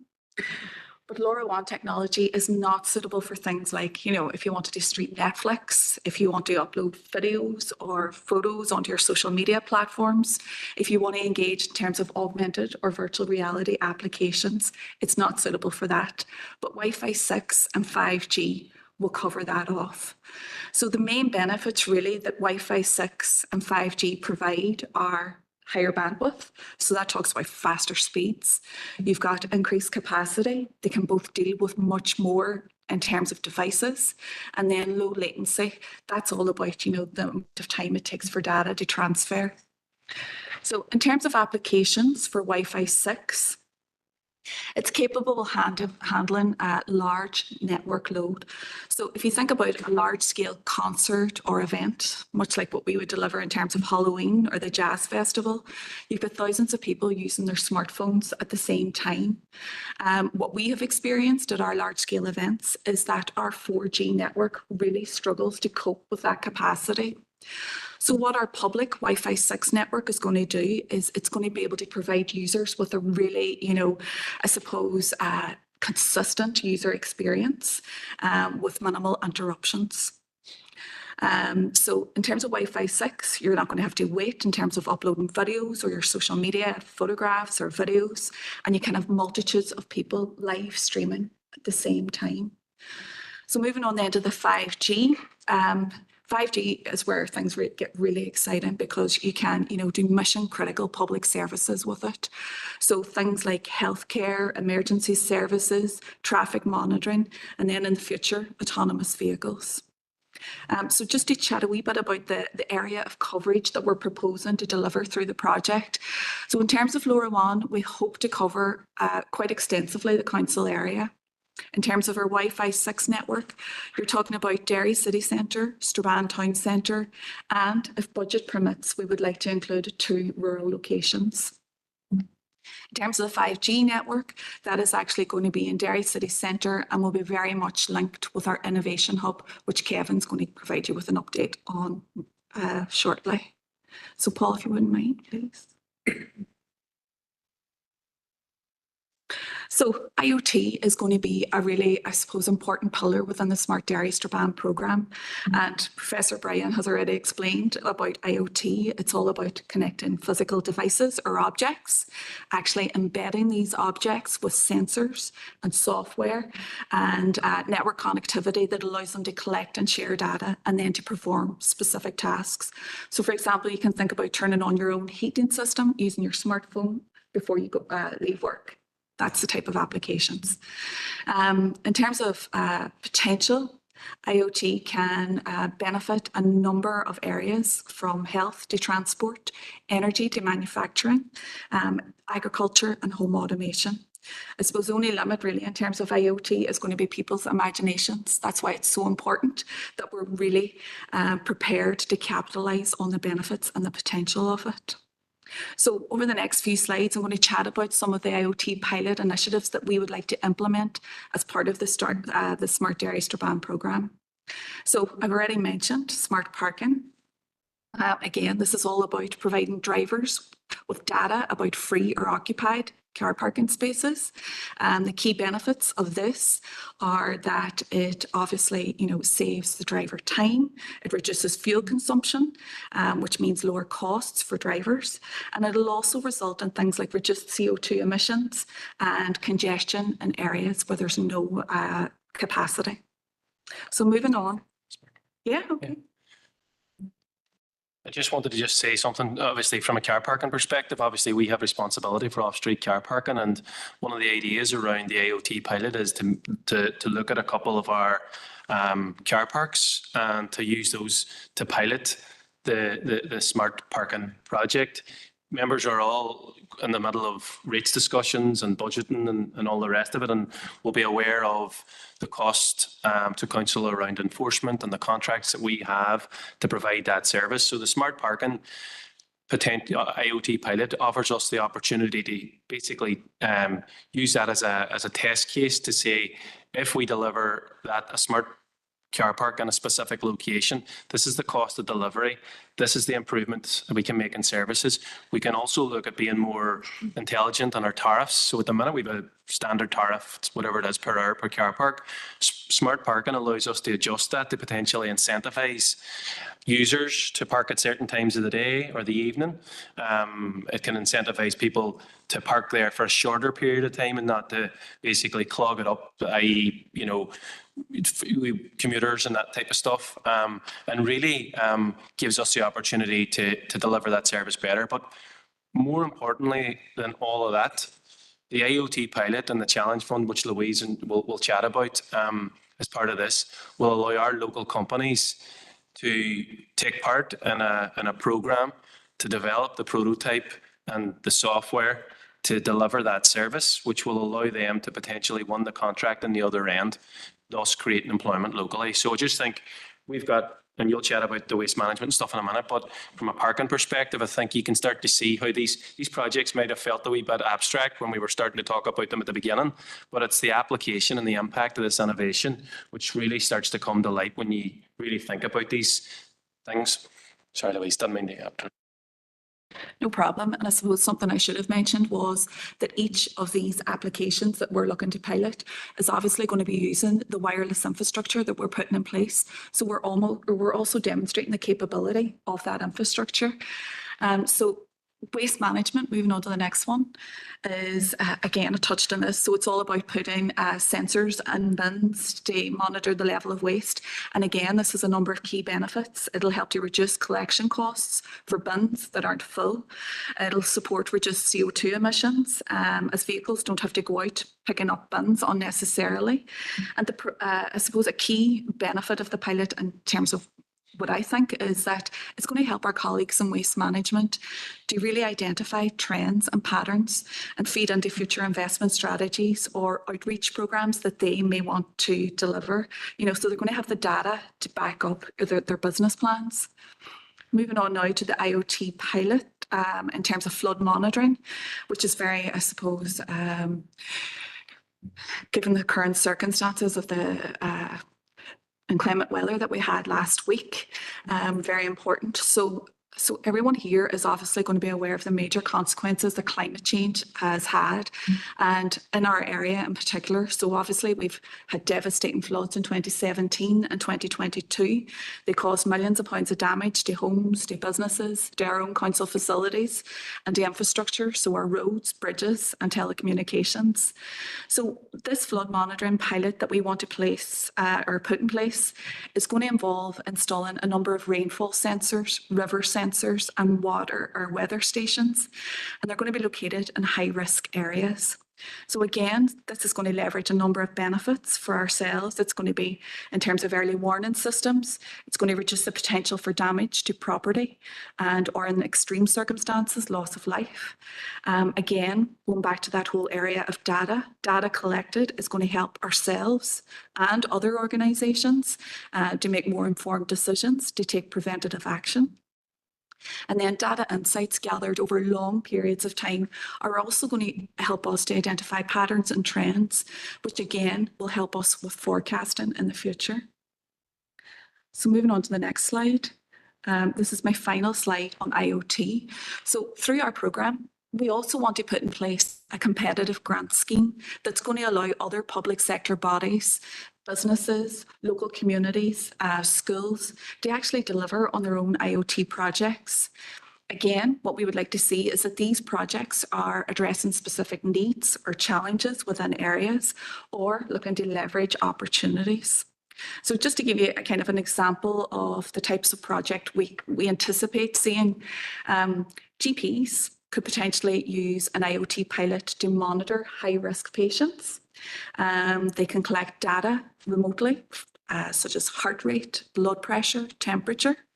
So this is going to leverage obviously benefits for both the GP and the patient. So you're going to have reduced numbers of people actually visiting surgeries, which again is very opportune given the extreme pressures that the health service is under currently. For a patient, it removes the need to actually have to travel into the surgery. So again, they have cost savings benefits, and it'll also have reduced emissions in terms of CO2. Another pilot could be in the area of smart agriculture. Again, we could have IoT drones that help farmers to actually monitor their animals, their crops, or their fields. And they can do this without actually having to be physically on site. They can do it all remotely. So moving on now to our smart energy pilot. So through the programme, what we would like to do is develop a positive energy district in Strabane Town Centre. And so essentially what this means is that we're going to be focusing on 5 key areas. Now these areas have been identified within the North West Regional Energy Strategy that was produced by Council and Donegal County Council. So a key focus for us are going to be on areas like renewable energy generation, energy efficiency and storage, smart energy management and control, low carbon heating and low carbon transport. Our target audience for this pilot is going to be domestic properties. So we're going to be partnering with the Northern Ireland Housing Executive to deliver on that element. We're going to look to recruit local businesses. So we're going to be dealing with the Strabane Business Improvement District. And then we're also going to be looking at public sector properties. So what we want to do through this is really take advantage of the fact that we've got the 2 new builds in Strabane Town Centre. You know, so we've got our new leisure facility and the education campus on the Canal Basin. So proposed activities that we will be doing through this particular project are we'll be retrofitting buildings to improve their energy performance. We'll be looking at microgrid technology, installation of PV, which is the solar panels on roofs, battery storage technology, smart meters, heat pumps, and electric charging for vehicles. So ultimately, I suppose if you can think about this project, Strabane Town Centre is actually going to become a living lab. You know, it's going to be a test bed for real life research, new products, new services, and smart solutions. So this particular pilot is also going to be really useful in terms of developing opportunities for our local supply chain. So we have a real need, and it has been identified through this project to upskill our local electricians and our plumbers on technology such as PV and heat pumps, because we know that the demand for this type of technology is only going to grow. So just to give you some headline numbers in terms of this project, and some of our initial scoping is that through this pilot, we could save over 1,000 tonnes in terms of reduced carbon emissions. In terms of energy savings, we could save over £900,000. And in terms of renewable revenue, we could have potentially around 700,000 in revenue. So moving on now to the Open City Data Repository. So you'll remember that earlier I chatted about, you know, the importance of data in terms of smart cities. So smart cities generate and collect huge amounts of data, but something else that's really important is the fact that they also provide opportunities to publish that data for the benefit not only of citizens, but businesses, researchers, entrepreneurs and innovators. So through our project, we want to establish an open city data repository. So this data repository is going to create a data lake for Derry and Strabane. It's going to include existing public sector data sets. So if you can think about things like our housing data, health data, data on the economy or transport, to name but a few. It's also going to include data that is directly generated through the Smart Derry Strabane programme. So all that information that we're going to be gathering from sensors, our advanced connectivity networks, our IoT and smart energy pilots. So the benefits of the Open City Data Repository will be that it encourages new commercial and research opportunities. It's also going to support local developers to create new apps, so this could be in things like transport apps to help citizens and visitors. It's going to support our local business community to actually analyse city and district data and to help them to develop new products and services based on that data. And it's also going to facilitate greater collaboration between different public sector bodies and obviously between the public and also between the public sector and private sectors. So Paul, if you don't mind moving on, please. So the Digital Transformation Flexible Fund, this is going to be funded through the Smart Derry Strabane programme. It's a Northern Ireland-wide programme and it's going to be delivered by the 11 councils. And the idea is that it focuses on SME digital transformation. So through the project, we'll be providing businesses with things like one-to-one mentoring support, opportunities for events and networking. And we're also going to be providing grants valued between 5 and 20k. So to date, the programme was launched in December. In terms of outputs for Derry and Strabane, we've had 5 expressions of interest from local companies. 3 of these are actually going forward in order to determine progression within the project, 2 from Castlederrick and 1 from Derry. And unfortunately, 2 of the applications were ineligible. But we're actually going to still support these companies through our new Go Succeed programme. So I'm going to pass over to you now, Kevin, for the Digital Innovation Hub. Thanks very much, Louise. I've tried to explain that project many a time, but never been able to actually do it as well as that. So well done from that perspective. So the final part of the project is around digital innovation and Digital Innovation Hub. But, you can hear from the very specific interventions that are proposed through the Smart Derry Strabane project that, it's a hugely ambitious project. It's one which really aims to try to act as the glue for all of the City Deal projects from a technology perspective, but also from harnessing the innovation potential and actually then making sure that that delivers for our local SMEs, entrepreneurs and wider communities.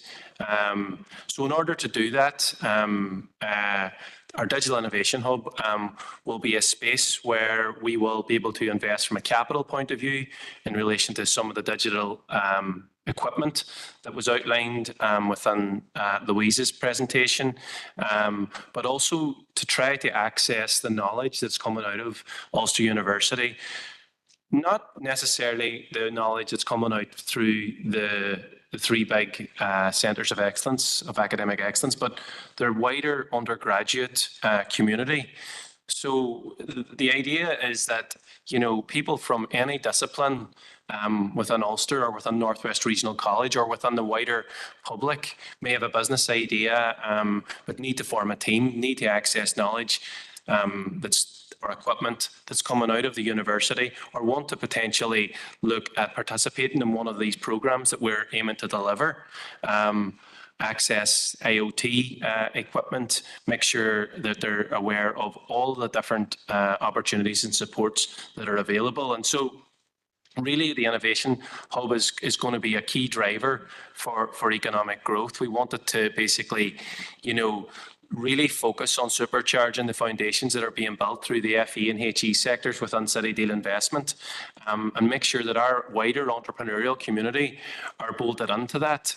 Like some of the questions that Ulster will be asked will be around industrial engagement and around impact and that type of thing. And that goes beyond large business. That goes to the heart of our small business community. And how do they access and how do they fully understand what City Deal is all about? So So our innovation space will be able to do that. Companies will be able to access all of the different supports that we are chatting about. Paul, if you want to just move on to that next slide there, just to outline the specific areas within that. So you've obviously got the space itself. So you would include a student innovators lounge, student venture studio, maker room and office and meeting space. But more importantly, you'll have access to those living labs, test beds, and our other partners. So those partners are anybody that exists within the entrepreneurial ecosystem itself, and that includes the partners that are named there, but it's not exclusive to that. Exposure to the technology and the infrastructure that we're chatting about through the actual investment. And then council itself and other partners are delivering business support. They're delivering the Go Succeed program. They're delivering a wide range of support. You have the LMP delivering training. So you've got that ability to really bring that together. Also, the collaboration will bring funding opportunities, and further funding opportunities will be presented beyond City Deal, as I've suggested, whether it's Peace Plus or others. So, as I said, the idea is that this facility will become the kind of glue between all of the City Deal projects themselves, and actually, if you want to just move on, Paul, and actually will be the location within which we will deliver our challenge funds. And I think Ulster called Industrial Engagement Fund, is it, Brian? Yeah, a very specific one for that, but challenge funds are more general term. Yeah.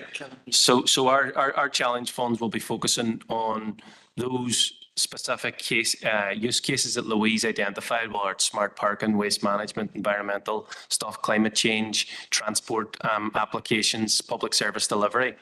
And at the minute, within the programme business case, there's about £1 million allocated to that. Now, that might grow depending on how the business case pans out itself. But as you can see, we're focusing on the public sector innovation challenge fund. That's about better service delivery.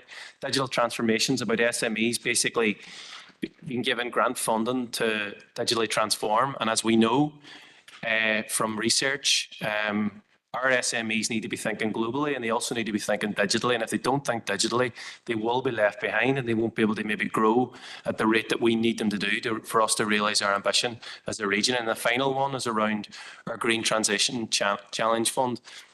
Big part of City Deal, and anybody that's involved in it, is that they'll know that part of the assessment process is around how does it meet net zero credentials, and what's its contribution to the overall net zero. And so what the Smart Digital will do will certainly help our council go a long way to meeting those ambitions, but also will help our local business community to transition into green technologies and to really get ahead. And that's the kind of message that you would want to put out there. Just in summary, we were trying to capture the entirety of the different projects that are happening right across the district. So, as I said, it's not specifically City Deal. We've got our rural digital hubs, which is Smart Towns and Villages, and they'll be located in Castledare, Newton Stewart, Plumbridge, Park, Claudy and Eglinton. We've full fibre, as you can see, right across every town and village and other locations right across the district. Then you've got the City Deal investment, where it's the Digital Innovation Hub, the Smart Energy Pilot across the two major urban centres themselves. And the hope is then to extend that Wi-Fi coverage and LoRaWAN and IoT as widely as we humanly possibly can, to try to make sure that that digital investment spreads as wide as we can. What this project isn't going to do, it isn't going to do what Project Stratum is doing or Project Gigabyte. It's not possible within the terms of this project for us to invest in, major broadband schemes and that type of thing. But what I'm trying to demonstrate is that we're trying to build in a wider strategy around digital infrastructure investment itself. I just thought it was important to try and lay that in context. So very, very quickly, I'll focus your minds on the end benefits. The end benefits of the project will be determined around increased productivity, improve, as I said at the start, and around our vision, improve regional competitiveness and sustainability. Very important that we tackle social outcomes with the provision of new products and services, and then clearly improving digital capability and inclusivity is a key part. And so each element of the project is designed specifically to try to deliver those end benefits to the wider general public themselves. In terms of the pounds and the pence, so that £15 million really translates into at a high economic projection, and that's what we're working on now, has the potential to deliver about £56 million of investment. So that's nearly 4 times the original investment at the low end, 32 million. So that's more than double the investment. It will represent a significant return to public sector investment at both an NI level and at a UK level. And it's important that we demonstrate that. So the process now, Paul, if you want to just move to the final slide, you'll be glad to hear, is around the development of the specific cases within each of those projects. So we've obviously, we're seeking your endorsement on our programme business case today, but that timescale sort of maps out, depending on when we get the full approvals, but I think it maps out the kind of delivery timescale. But what I think you'll see is that, you know, City Deal is a long enough process, but this project actually has the ability to start delivering pretty quickly. The Digital Transformation Flexible Fund's up and running already. A lot of the digital infrastructure, whilst it might sound, you know, quite complicated, is very much, we've got a lot of detail and a procurement pathway for that already. So there's large elements of this where we can hit the ground running and people will start to see the benefits fairly quickly. So look, that's our presentation on that, and we're happy to take any questions. All the technical questions should be, Stephen Gillespie can answer all of the technical questions should you have any. Thanks very much. Well, again, thank you very much for that very detailed presentation. I do agree with you. I do think Stephen needs to a wee bit of input here and give yourselves a wee bit of a break. But no, thank you for all the hard work there. I'm going to open it up to the floor, but just before I do, I have an online question for Professor Bryan. So if Councillor Hart, if you want to just start, please. Thanks, Chair, and thanks for the presentation. Well done to Louise and Kevin and Professor Bryan, very detailed and very exciting. This is a couple of questions I have for Professor Bryan.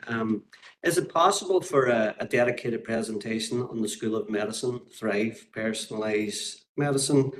And is there a detailed plan of innovation, research and business engagement? And can we get sight of the plan and presentation prior to submission? And can you maybe advise of any timescales for the submission of this OBC? Thanks, Professor Bryan.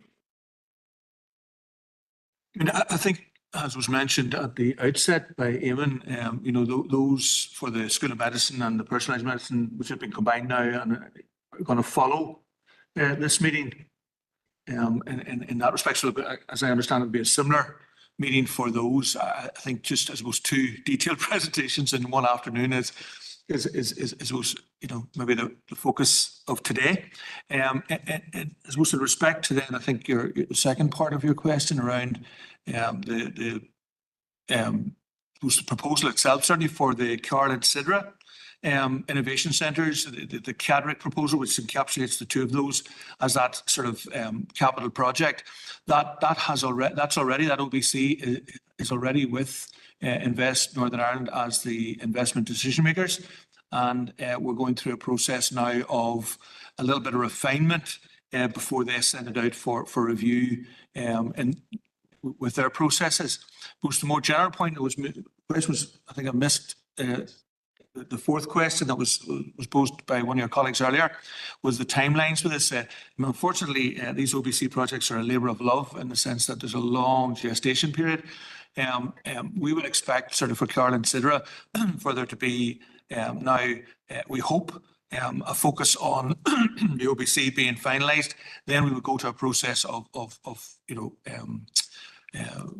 proper planning and design, and then an FBC process then that begets the funding, and then, you know, the build time after that. So we're looking probably at 2027 for Carlin City to come on stream. But as I tried to indicate earlier, it is a process, and we're not waiting on that.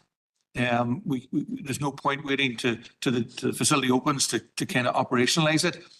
Like our other city deals, we as soon as we get approval for the OBC, we put in place a process by where we ramp up the engagement with that, so that we have the operational plan in operation when the facility is available to us.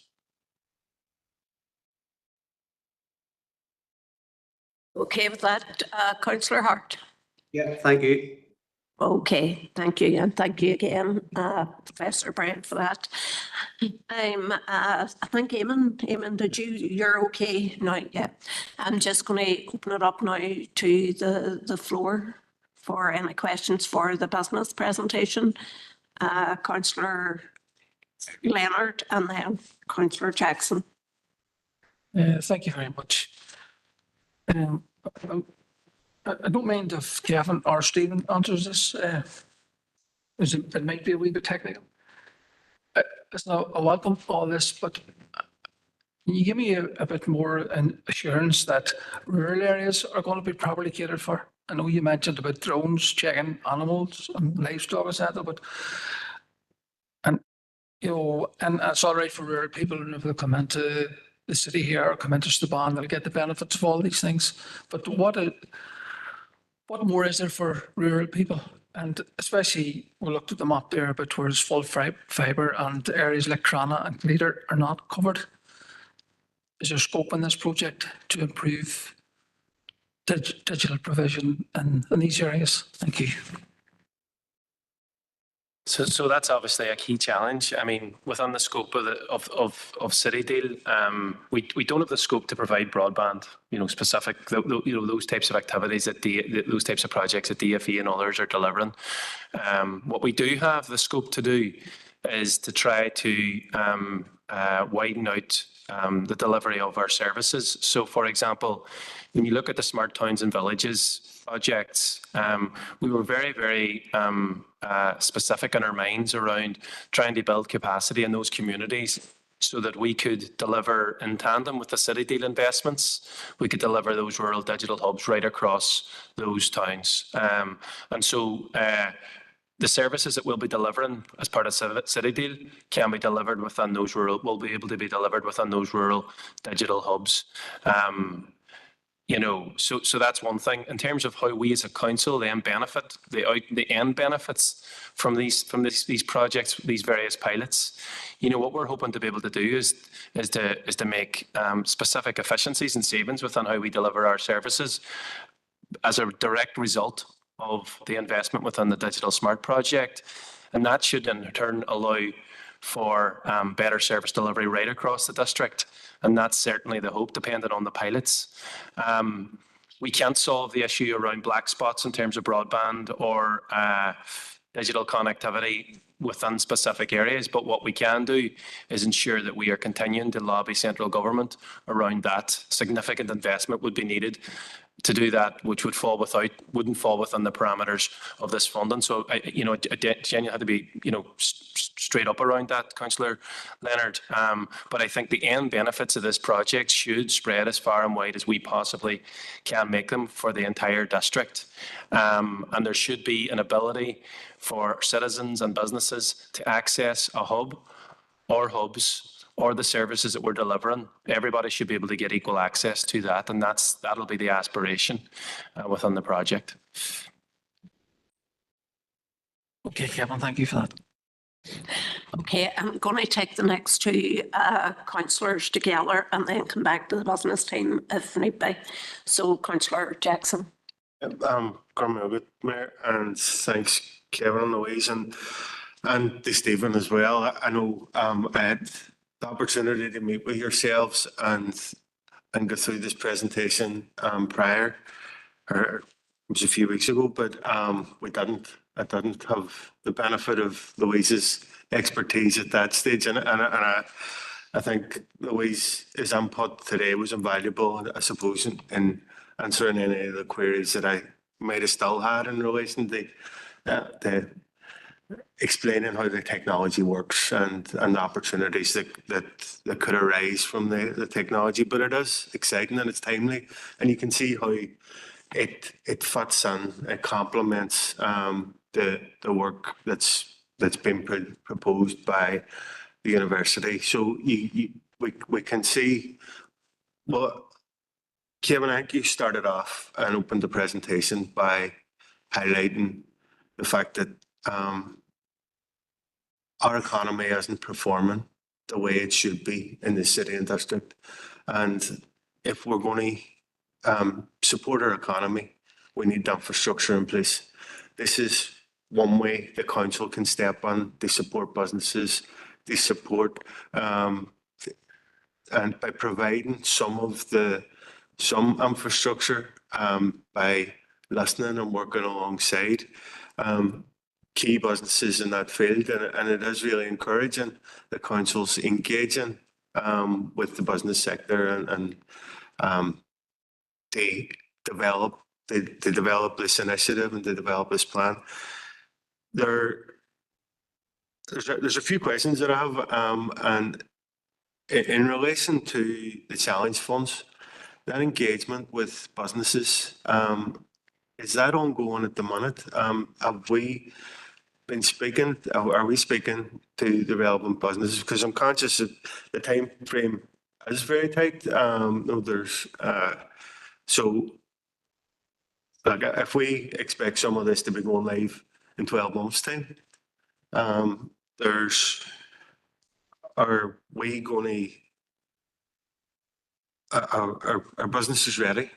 Do they understand what we're looking to do? Because not only could this help benefit council, which is outlined, and provide a saving for repairs, it's really exciting that council are working alongside local businesses to procure services to council.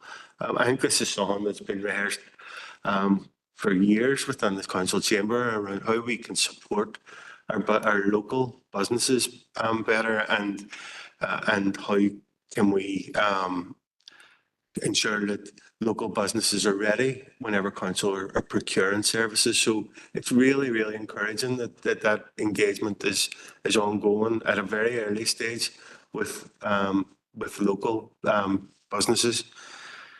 The Digital Innovation Hub, it is really exciting, and if the technology is there, and Louise, you've highlighted, the possibilities are endless. But I know whenever we were having a discussion, there was a suggestion of a potential location.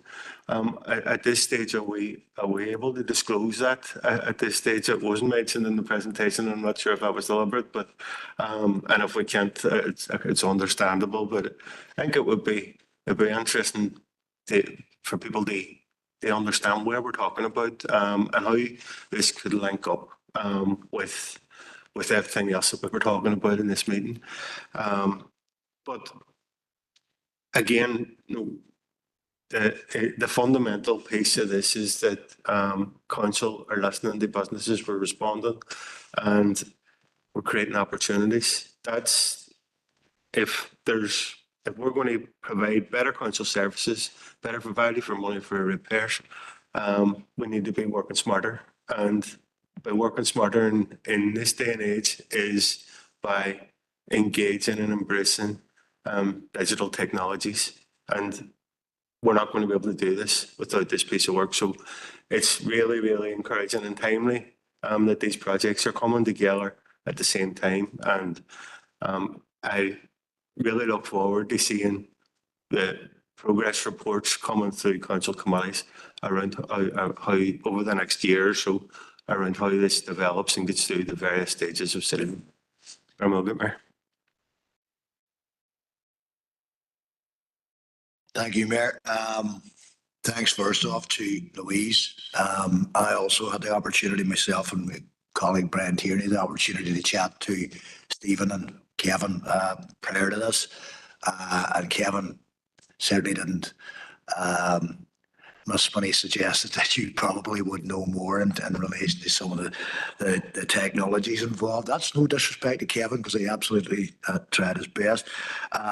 Complicated area for somebody like me as well. You know, I mean, these are things that I do my best to get my head around, but you know, that did certainly help me. I suppose in a sense what we're looking at here is building the enabling infrastructure.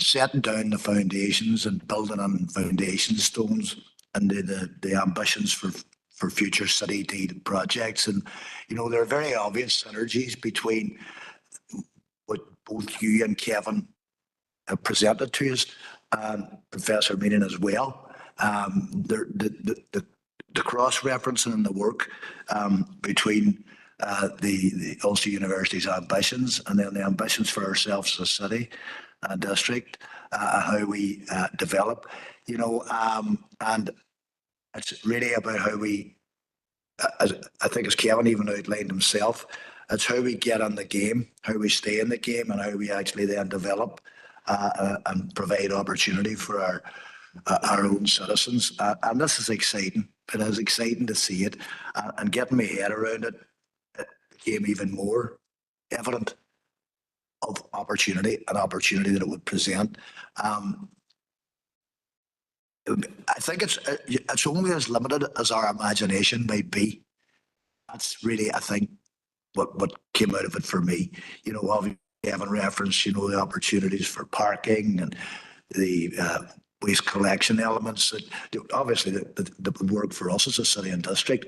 And you know, when you hear the kind of money that this kind of investment can save you annually, I think Mayor Louise said potentially about £800,000 annual saving, and then a further 500,000 potential way of increasing income.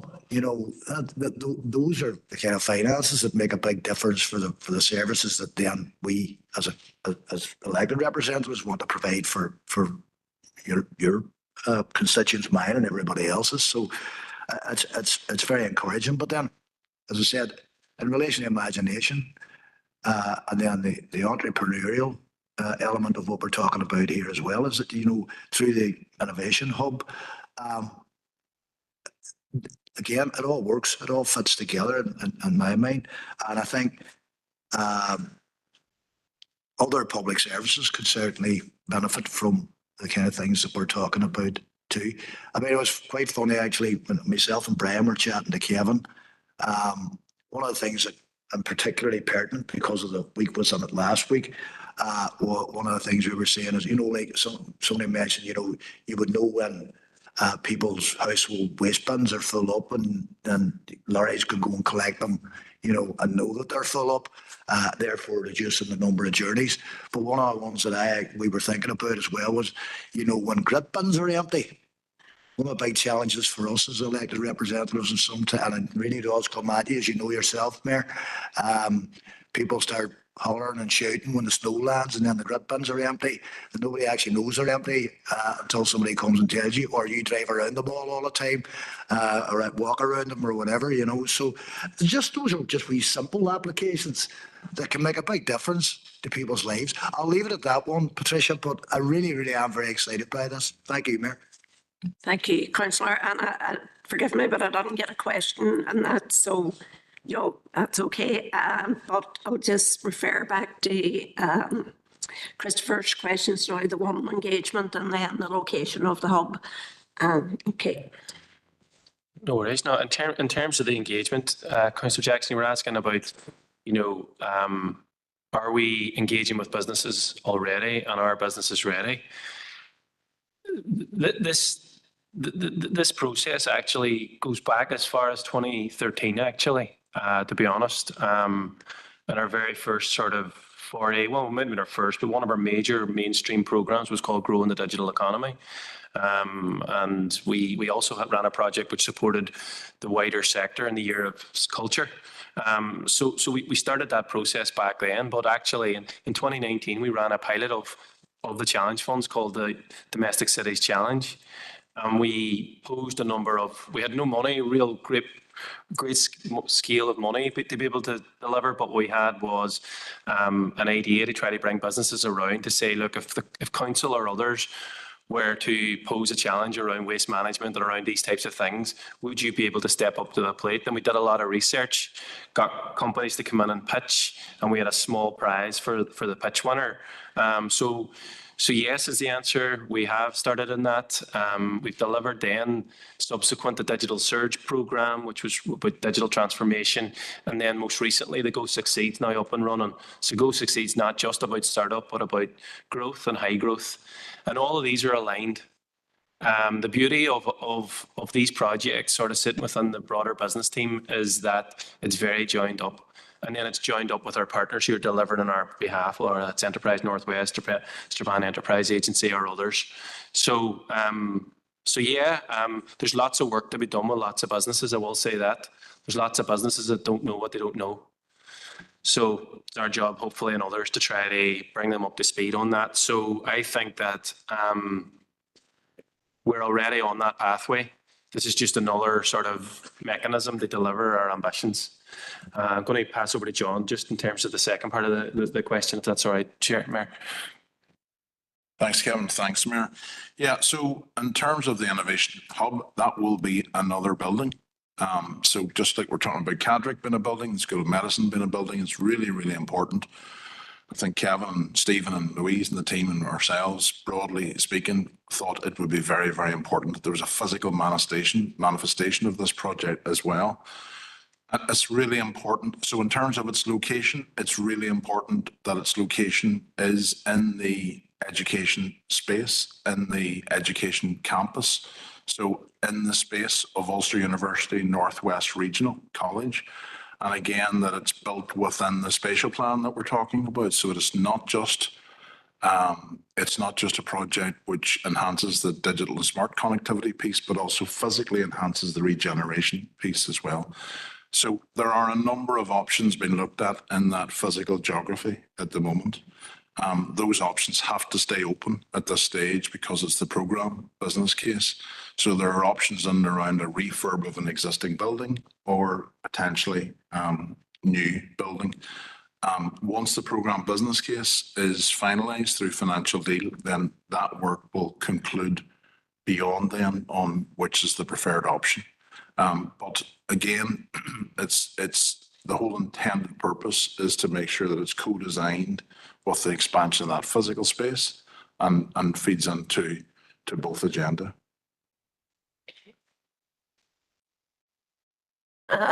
Thank you. So thank you again. Before I move on to confidential, I know we're near the end of the meeting. I think maybe just let yourself go, Professor Brian, and thank you again very much. You're very welcome. Okay. For the time. So can I have a proposer and seconder? So before we go, we just need to get the recommendation endorsed and open business. Oh, sorry. Just need that recommendation endorsed. So can I have a proposer and seconder, please? Councillor Boylan, Councillor Jackson. Propose now to go on the. It's the same issue. You also. It's the same issue. Oh, sorry. Right. Okay, there we go. So